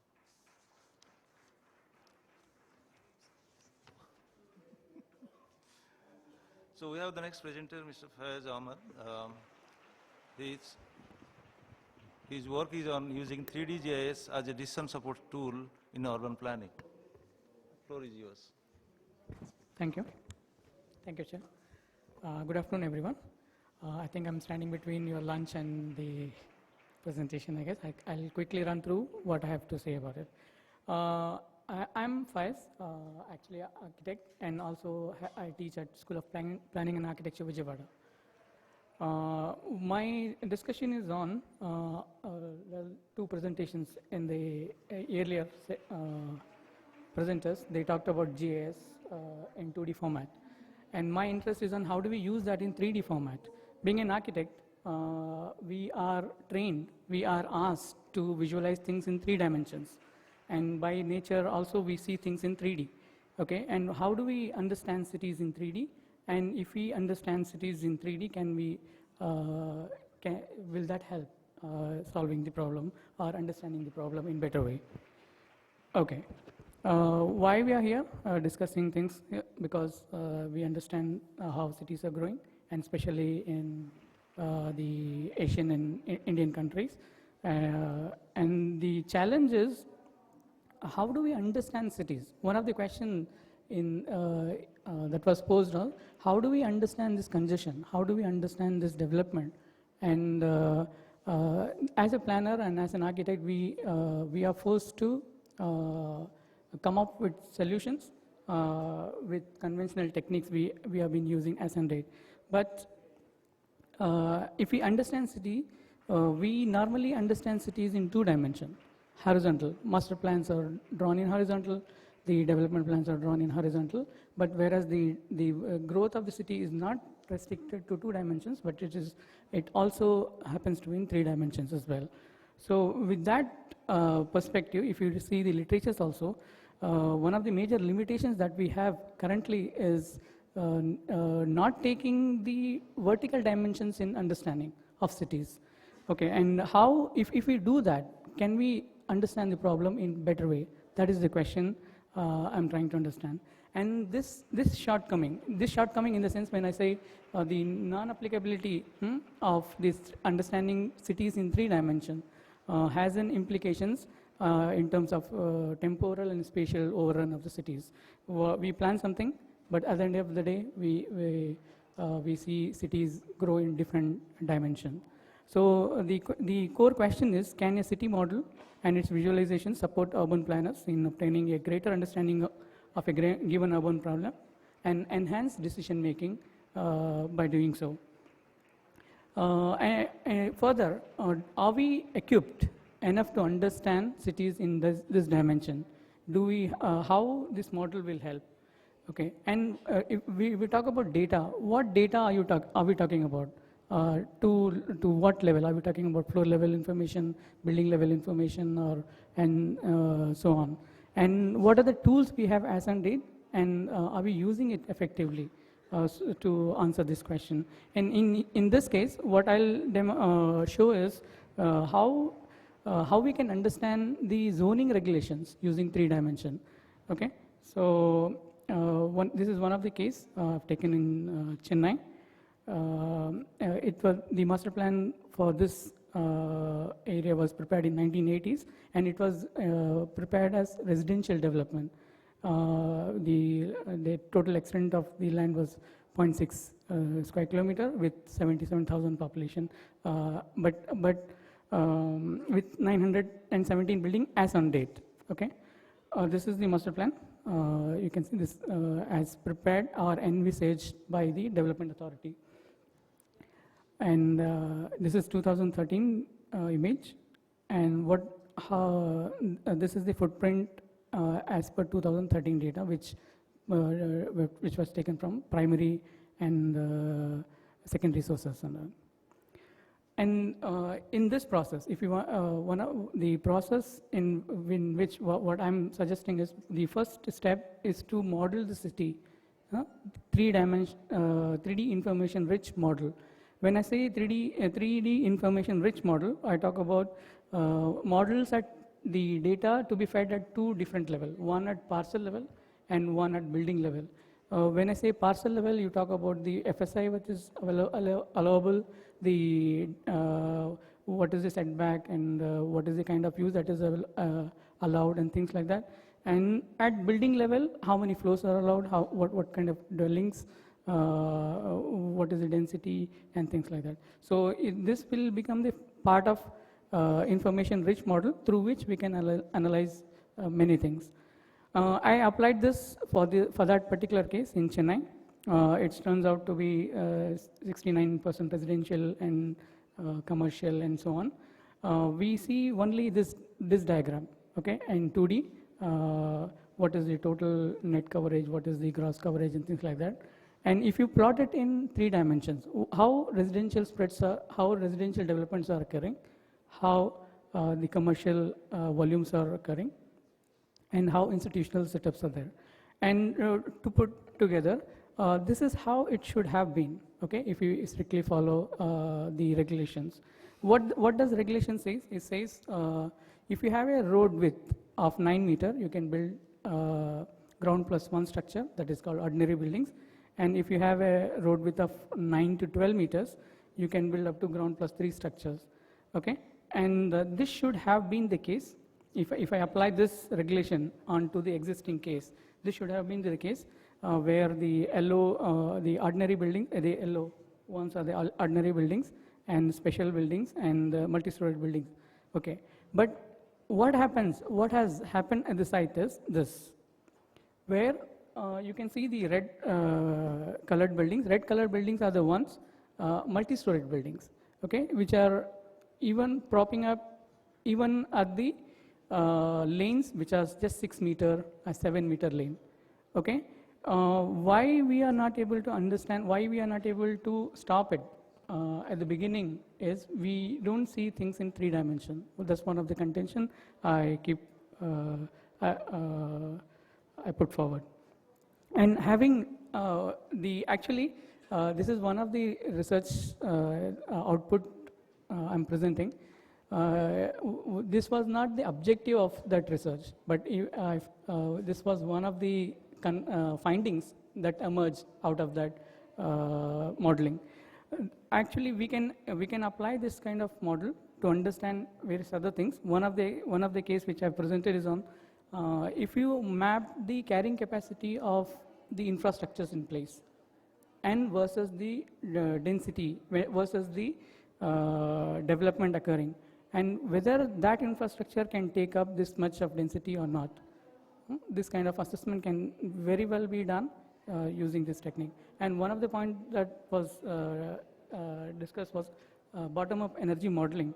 Okay, this being an architect, we are still trying to understand how this using this technique, how energy quantification can be done by understanding the building physics parameters and applying the same technique to see how the cities can be understood in 3 dimension. So the case was in Chennai, but it can be applied to other cities as well.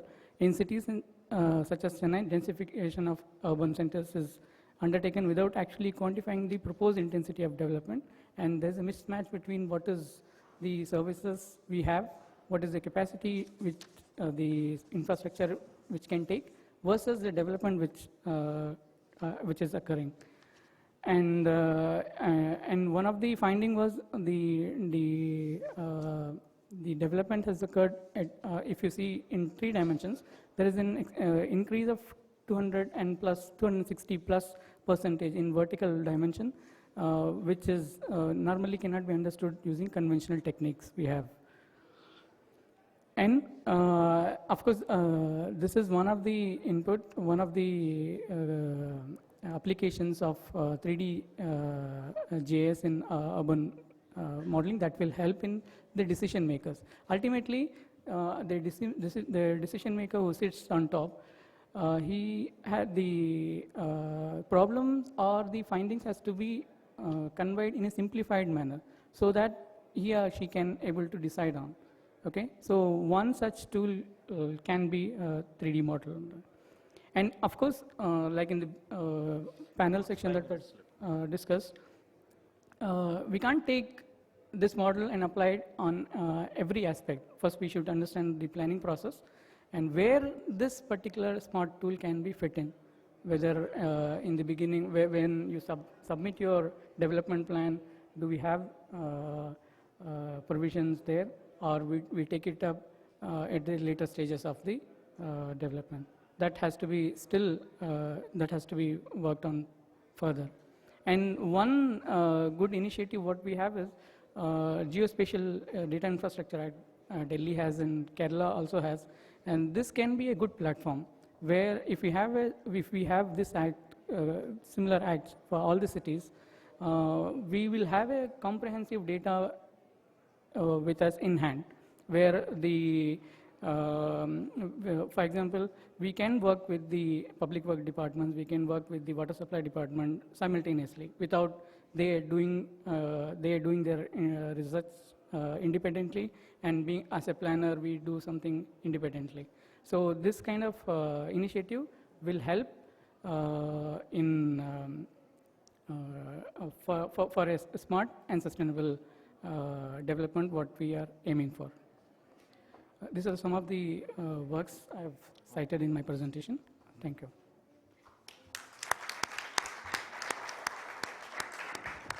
Thank you for being on time. Thank you. Thank you very much. We have one question here and one question here. So if you could go first, and then you can go second. Yeah, hi, this is very interesting what you've done in 3D. What I want to understand technically... Excuse me, could you just identify yourself? Yeah, my name is Manohar Kushlani. I teach at IIIT. And one of the things that I'm teaching is also 3D animation and graphics. Okay, okay. So it's of special interest to me. Now, what I want to understand is that the GIS model is done through satellites.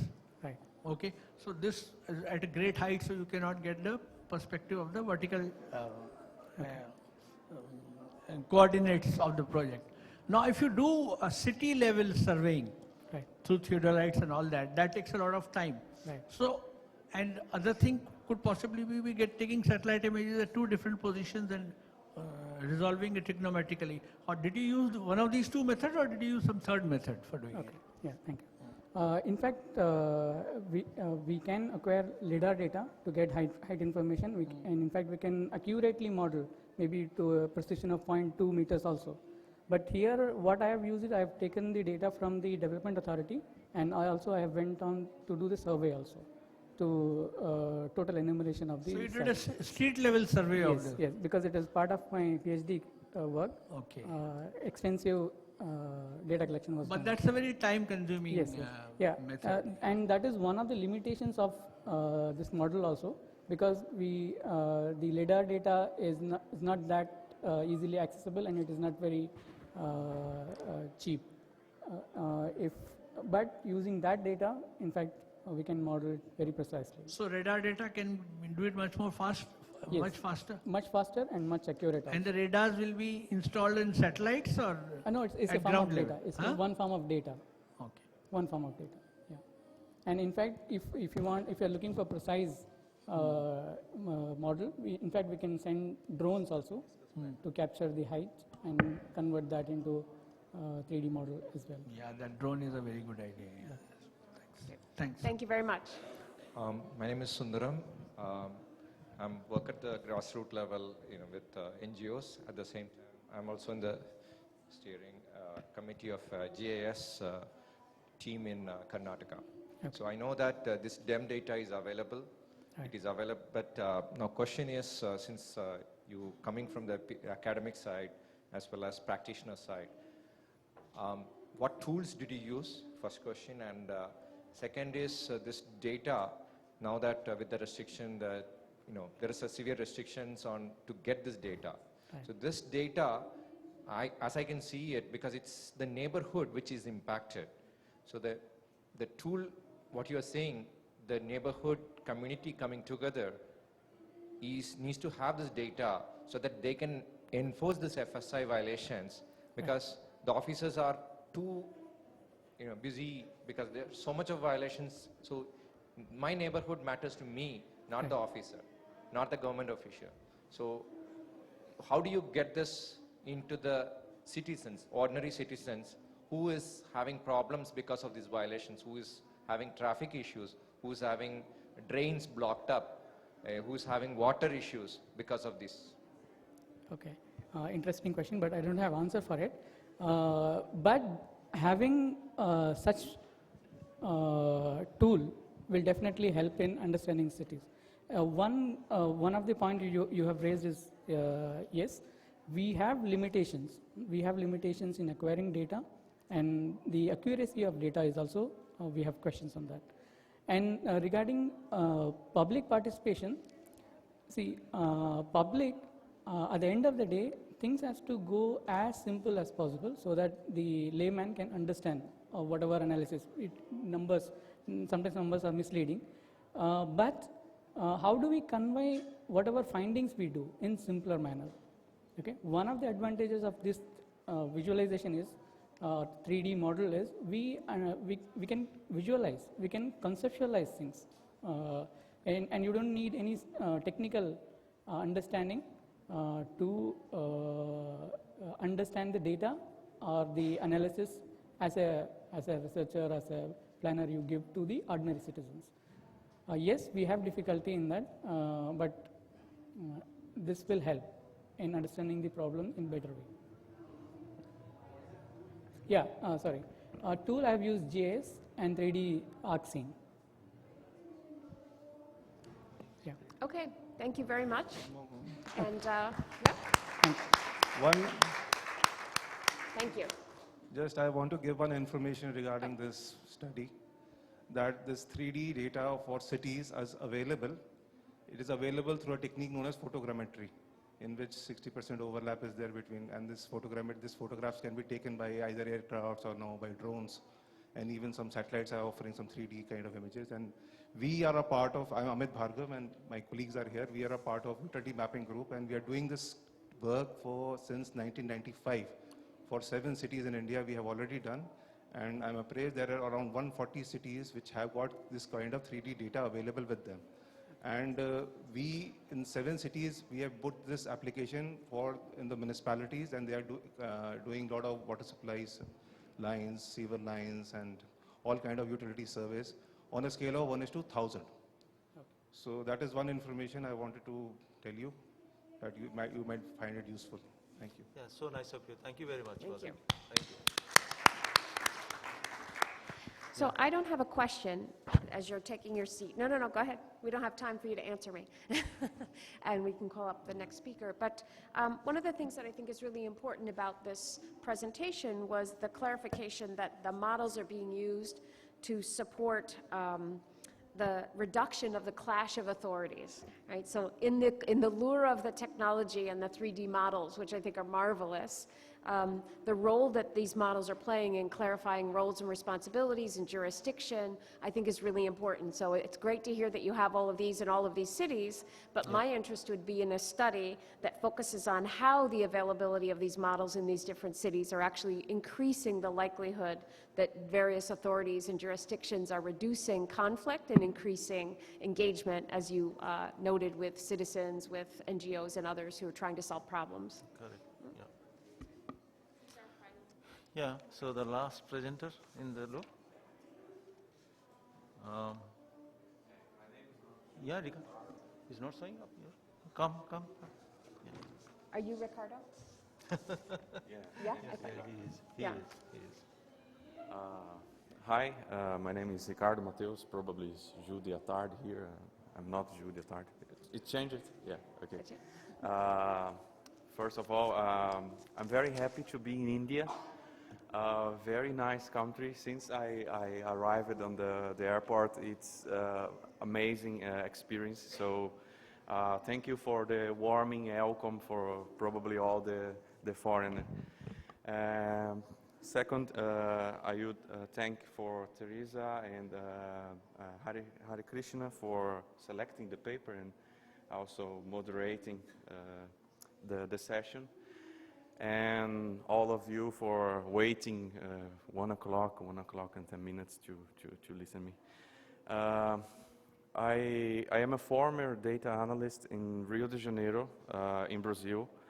I planned the urban mobility for the World Cup and Olympic Games and other things. The cases that I will show, it's for the World Cup and Olympic Games. And one thing that I realized, being in the government, we need to improve services, but also we need to create new services at the same time. And sometimes we are lost because what's happening in Brazil, people don't believe in us, on the government, yeah? And what happens when we ask to people participate, or they boycott us, you know, they give us on the survey that everything is perfect, and we know that it's not true, or they are overreacting, yeah? Everything is wrong, everything is not good. We know that reality is a normal reality, yeah? We are not perfect, and we are also not so good. And another problem of developing countries is we don't have money, we don't have people.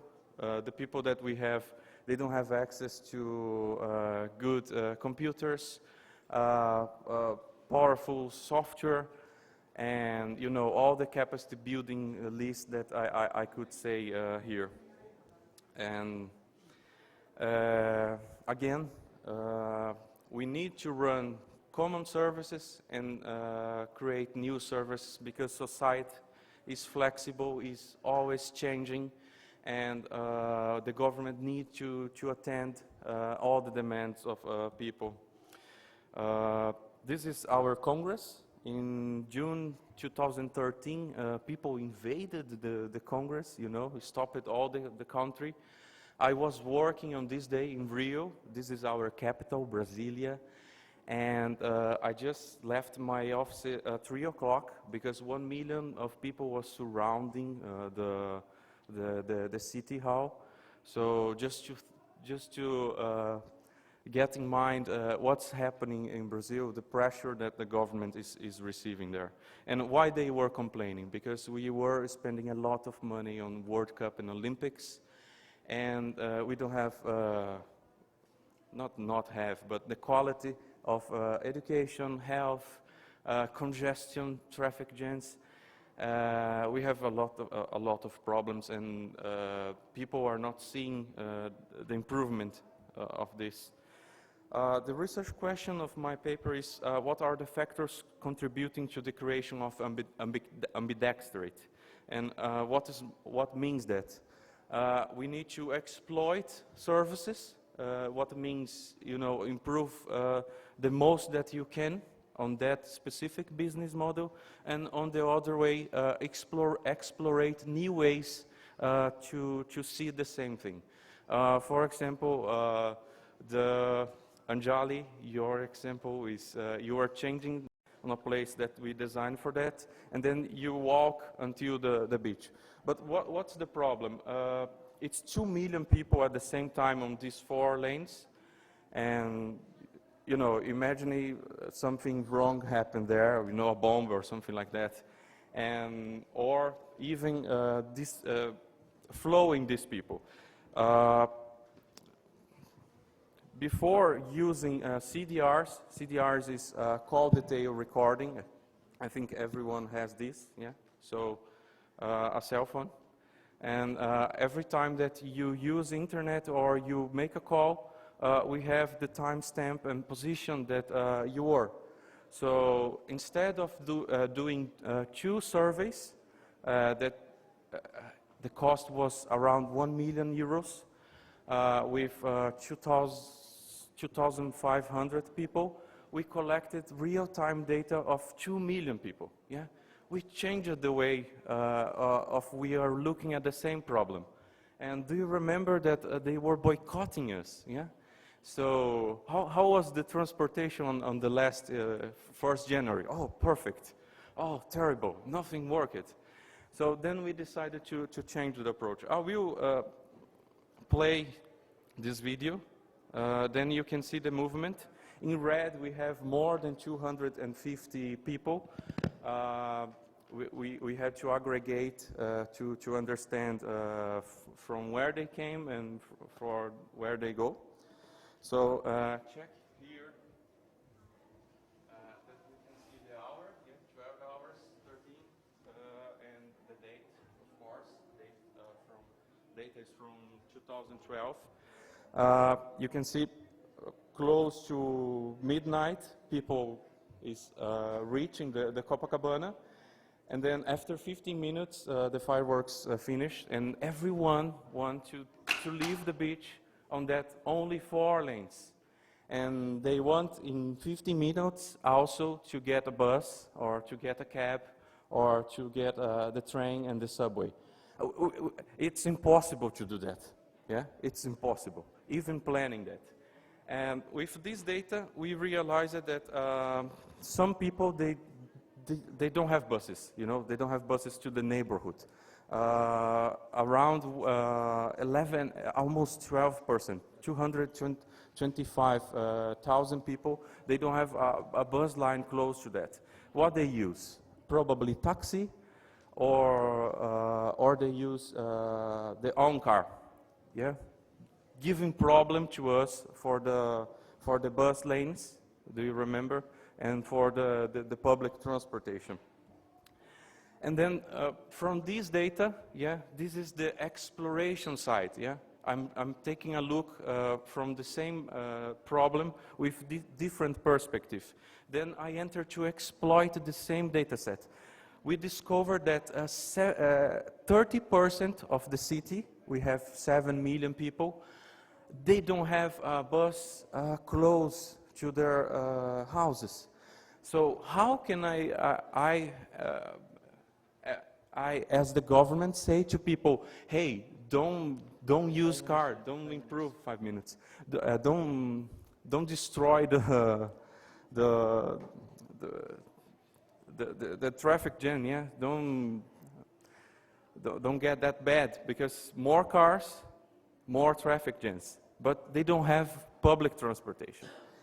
And then on this specific case, we created 5 points of buses stops, and we reached 6,000 people. How much to create one bus stop? 0. It's just ask to the driver, stop on that specific point. And with the same data, for example, we also started to monitor in real time the transit in some specific areas. That was one of the areas that for the Olympic Games, that we create a park for visitation.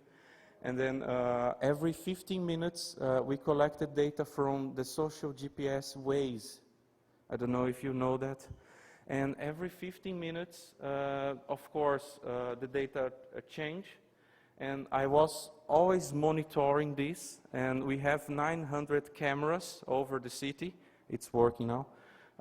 And if it's red in one part, we have the center of IBM, center of operation, and then we take a look what's happening there. For example, car accident. Then we, in 1 minute, send a police or an ambulance to go there, improving the flow of traffic, because it's less time blocking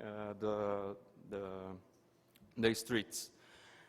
With this data, we created an option to people use different roads. Every 50 minutes, we changed the best routes that you could use to go to the work or to go back to the home, to your home. Yeah, that's it. And other things, for example, this is the combining the ways with where people flow. And I just have 2 minutes. I go directly to the... So you saw the benefits, yeah? We can improve decision making. We can do things for long term. We have organized knowledge management. We have a lean company. Yeah, we are reducing the expenses from 1 million euros from 2 service for zero cost, collecting data from CDRs or ways. We have also risks. Some of our projects of that big data groups were kind of useless, but it's quite normal because we are exploring new things. Some bosses, they lead by magazine. I don't know if you know that, but they read that, you know, Estonia is doing something, and then, oh, I want this, yeah, Estonia. Perfect. I will buy a software, 10 million euros software from IBM, and everything will work. Of course, who doesn't want to save 10 million? Or Iron Cage, copying, just copy paste what other governments are doing. This is the framework. I think we can see the infrastructure level, then the government enterprise architecture, how you see, yeah, the building blocks. Human resources, very important. Information systems and policy and legal dimension. The bureaucracy should be should have a background. Yeah, they can fail, but they cannot be punished by that. And then we have two cases: Rio de Janeiro and Fortaleza. On the paper, you can check that better. I created a list of a checklist, especially for people that work on developing countries, to check how you can explore new things, but always reminding how you can exploit your own data and your legacy public service delivery. And I highlighted some things. What is very important here? Collection of data, normalizing data. I think the same thing the others were doing. And also, for specific projects, we should have project leaders that should do reports for the main leader, in the case of the mayor. And if they go well, productivity. Because if I change the public service delivery, sometimes I just double the work of the bureaucracy. And of course, they didn't work it. Then we created one legislation to give a bonus for them. Then we reached these projects I was talking. So sorry about the time. Thank you. Thank you. We have come to the end of this session. Yeah, any questions that will be coming up? 1 or 2 questions? We know launch is waiting for us. Thank you for the very nice, so we are very interested. I'm from Bangalore with a population of... your name? Sundaram Ramanathan. I'm from Karnataka, the state of Karnataka, from Bangalore. So this call data record analysis to get where people wants to go, what tools did you use? I know you mentioned big data, but any specific tools to get that right? Or is there something you can share that we can use? Is it possible? Not for this specific case. We have this MOOC that I think you can follow. And I have one project in European Union, what is quite this. It's called OpenGov Intelligence, the intelligence.eu. You can access there. We have some statistics data cubes, for statistic data sets. But for this specific data, real time, so probably you need big data softwares. What I used was for doing the simulation of the flow of people was JavaScript, so for free, and probably the maps. I don't remember if I have maps, but it was QuantumGIS, QGIS. I don't know if you know that. It's also for free, and the other thing is the scripts that we run it was on Python. Majority on Python.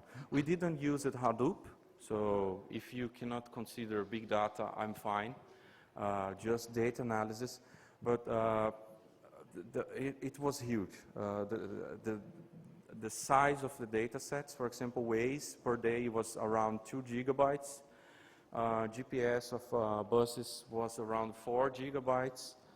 I don't remember. It was like 4 or 5 years ago. But those are the main and free softwares that we use it. We didn't buy any software. You can do everything that I did with free software. Okay. And including the data is in our open data portal, data.real. Any other question from the audience? Okay, I know. Yeah, I have a question for you. Oh, you have. Did you use any routing algorithm for this? Not for this specific case, but on other projects we did use. Oh, not for this? Not for this specific. How did you optimize the solutions? The suggestions? Yeah. We used the Waze.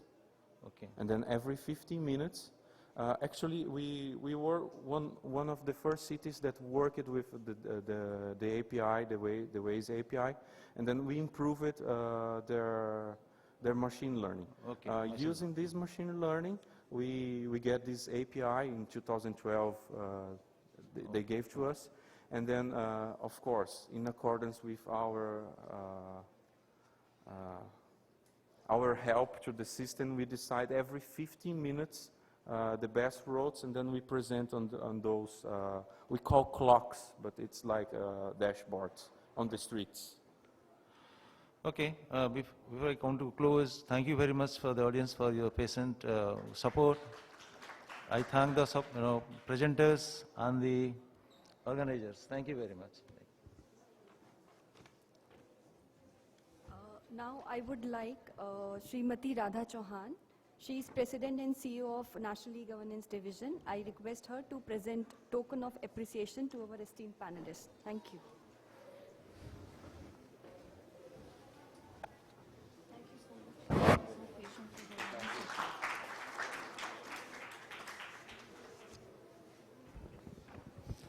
Yeah, let's come to a close. Dr. Teresa had to leave early because she had an appointment somewhere. So we'll end the session now. Thank you very much.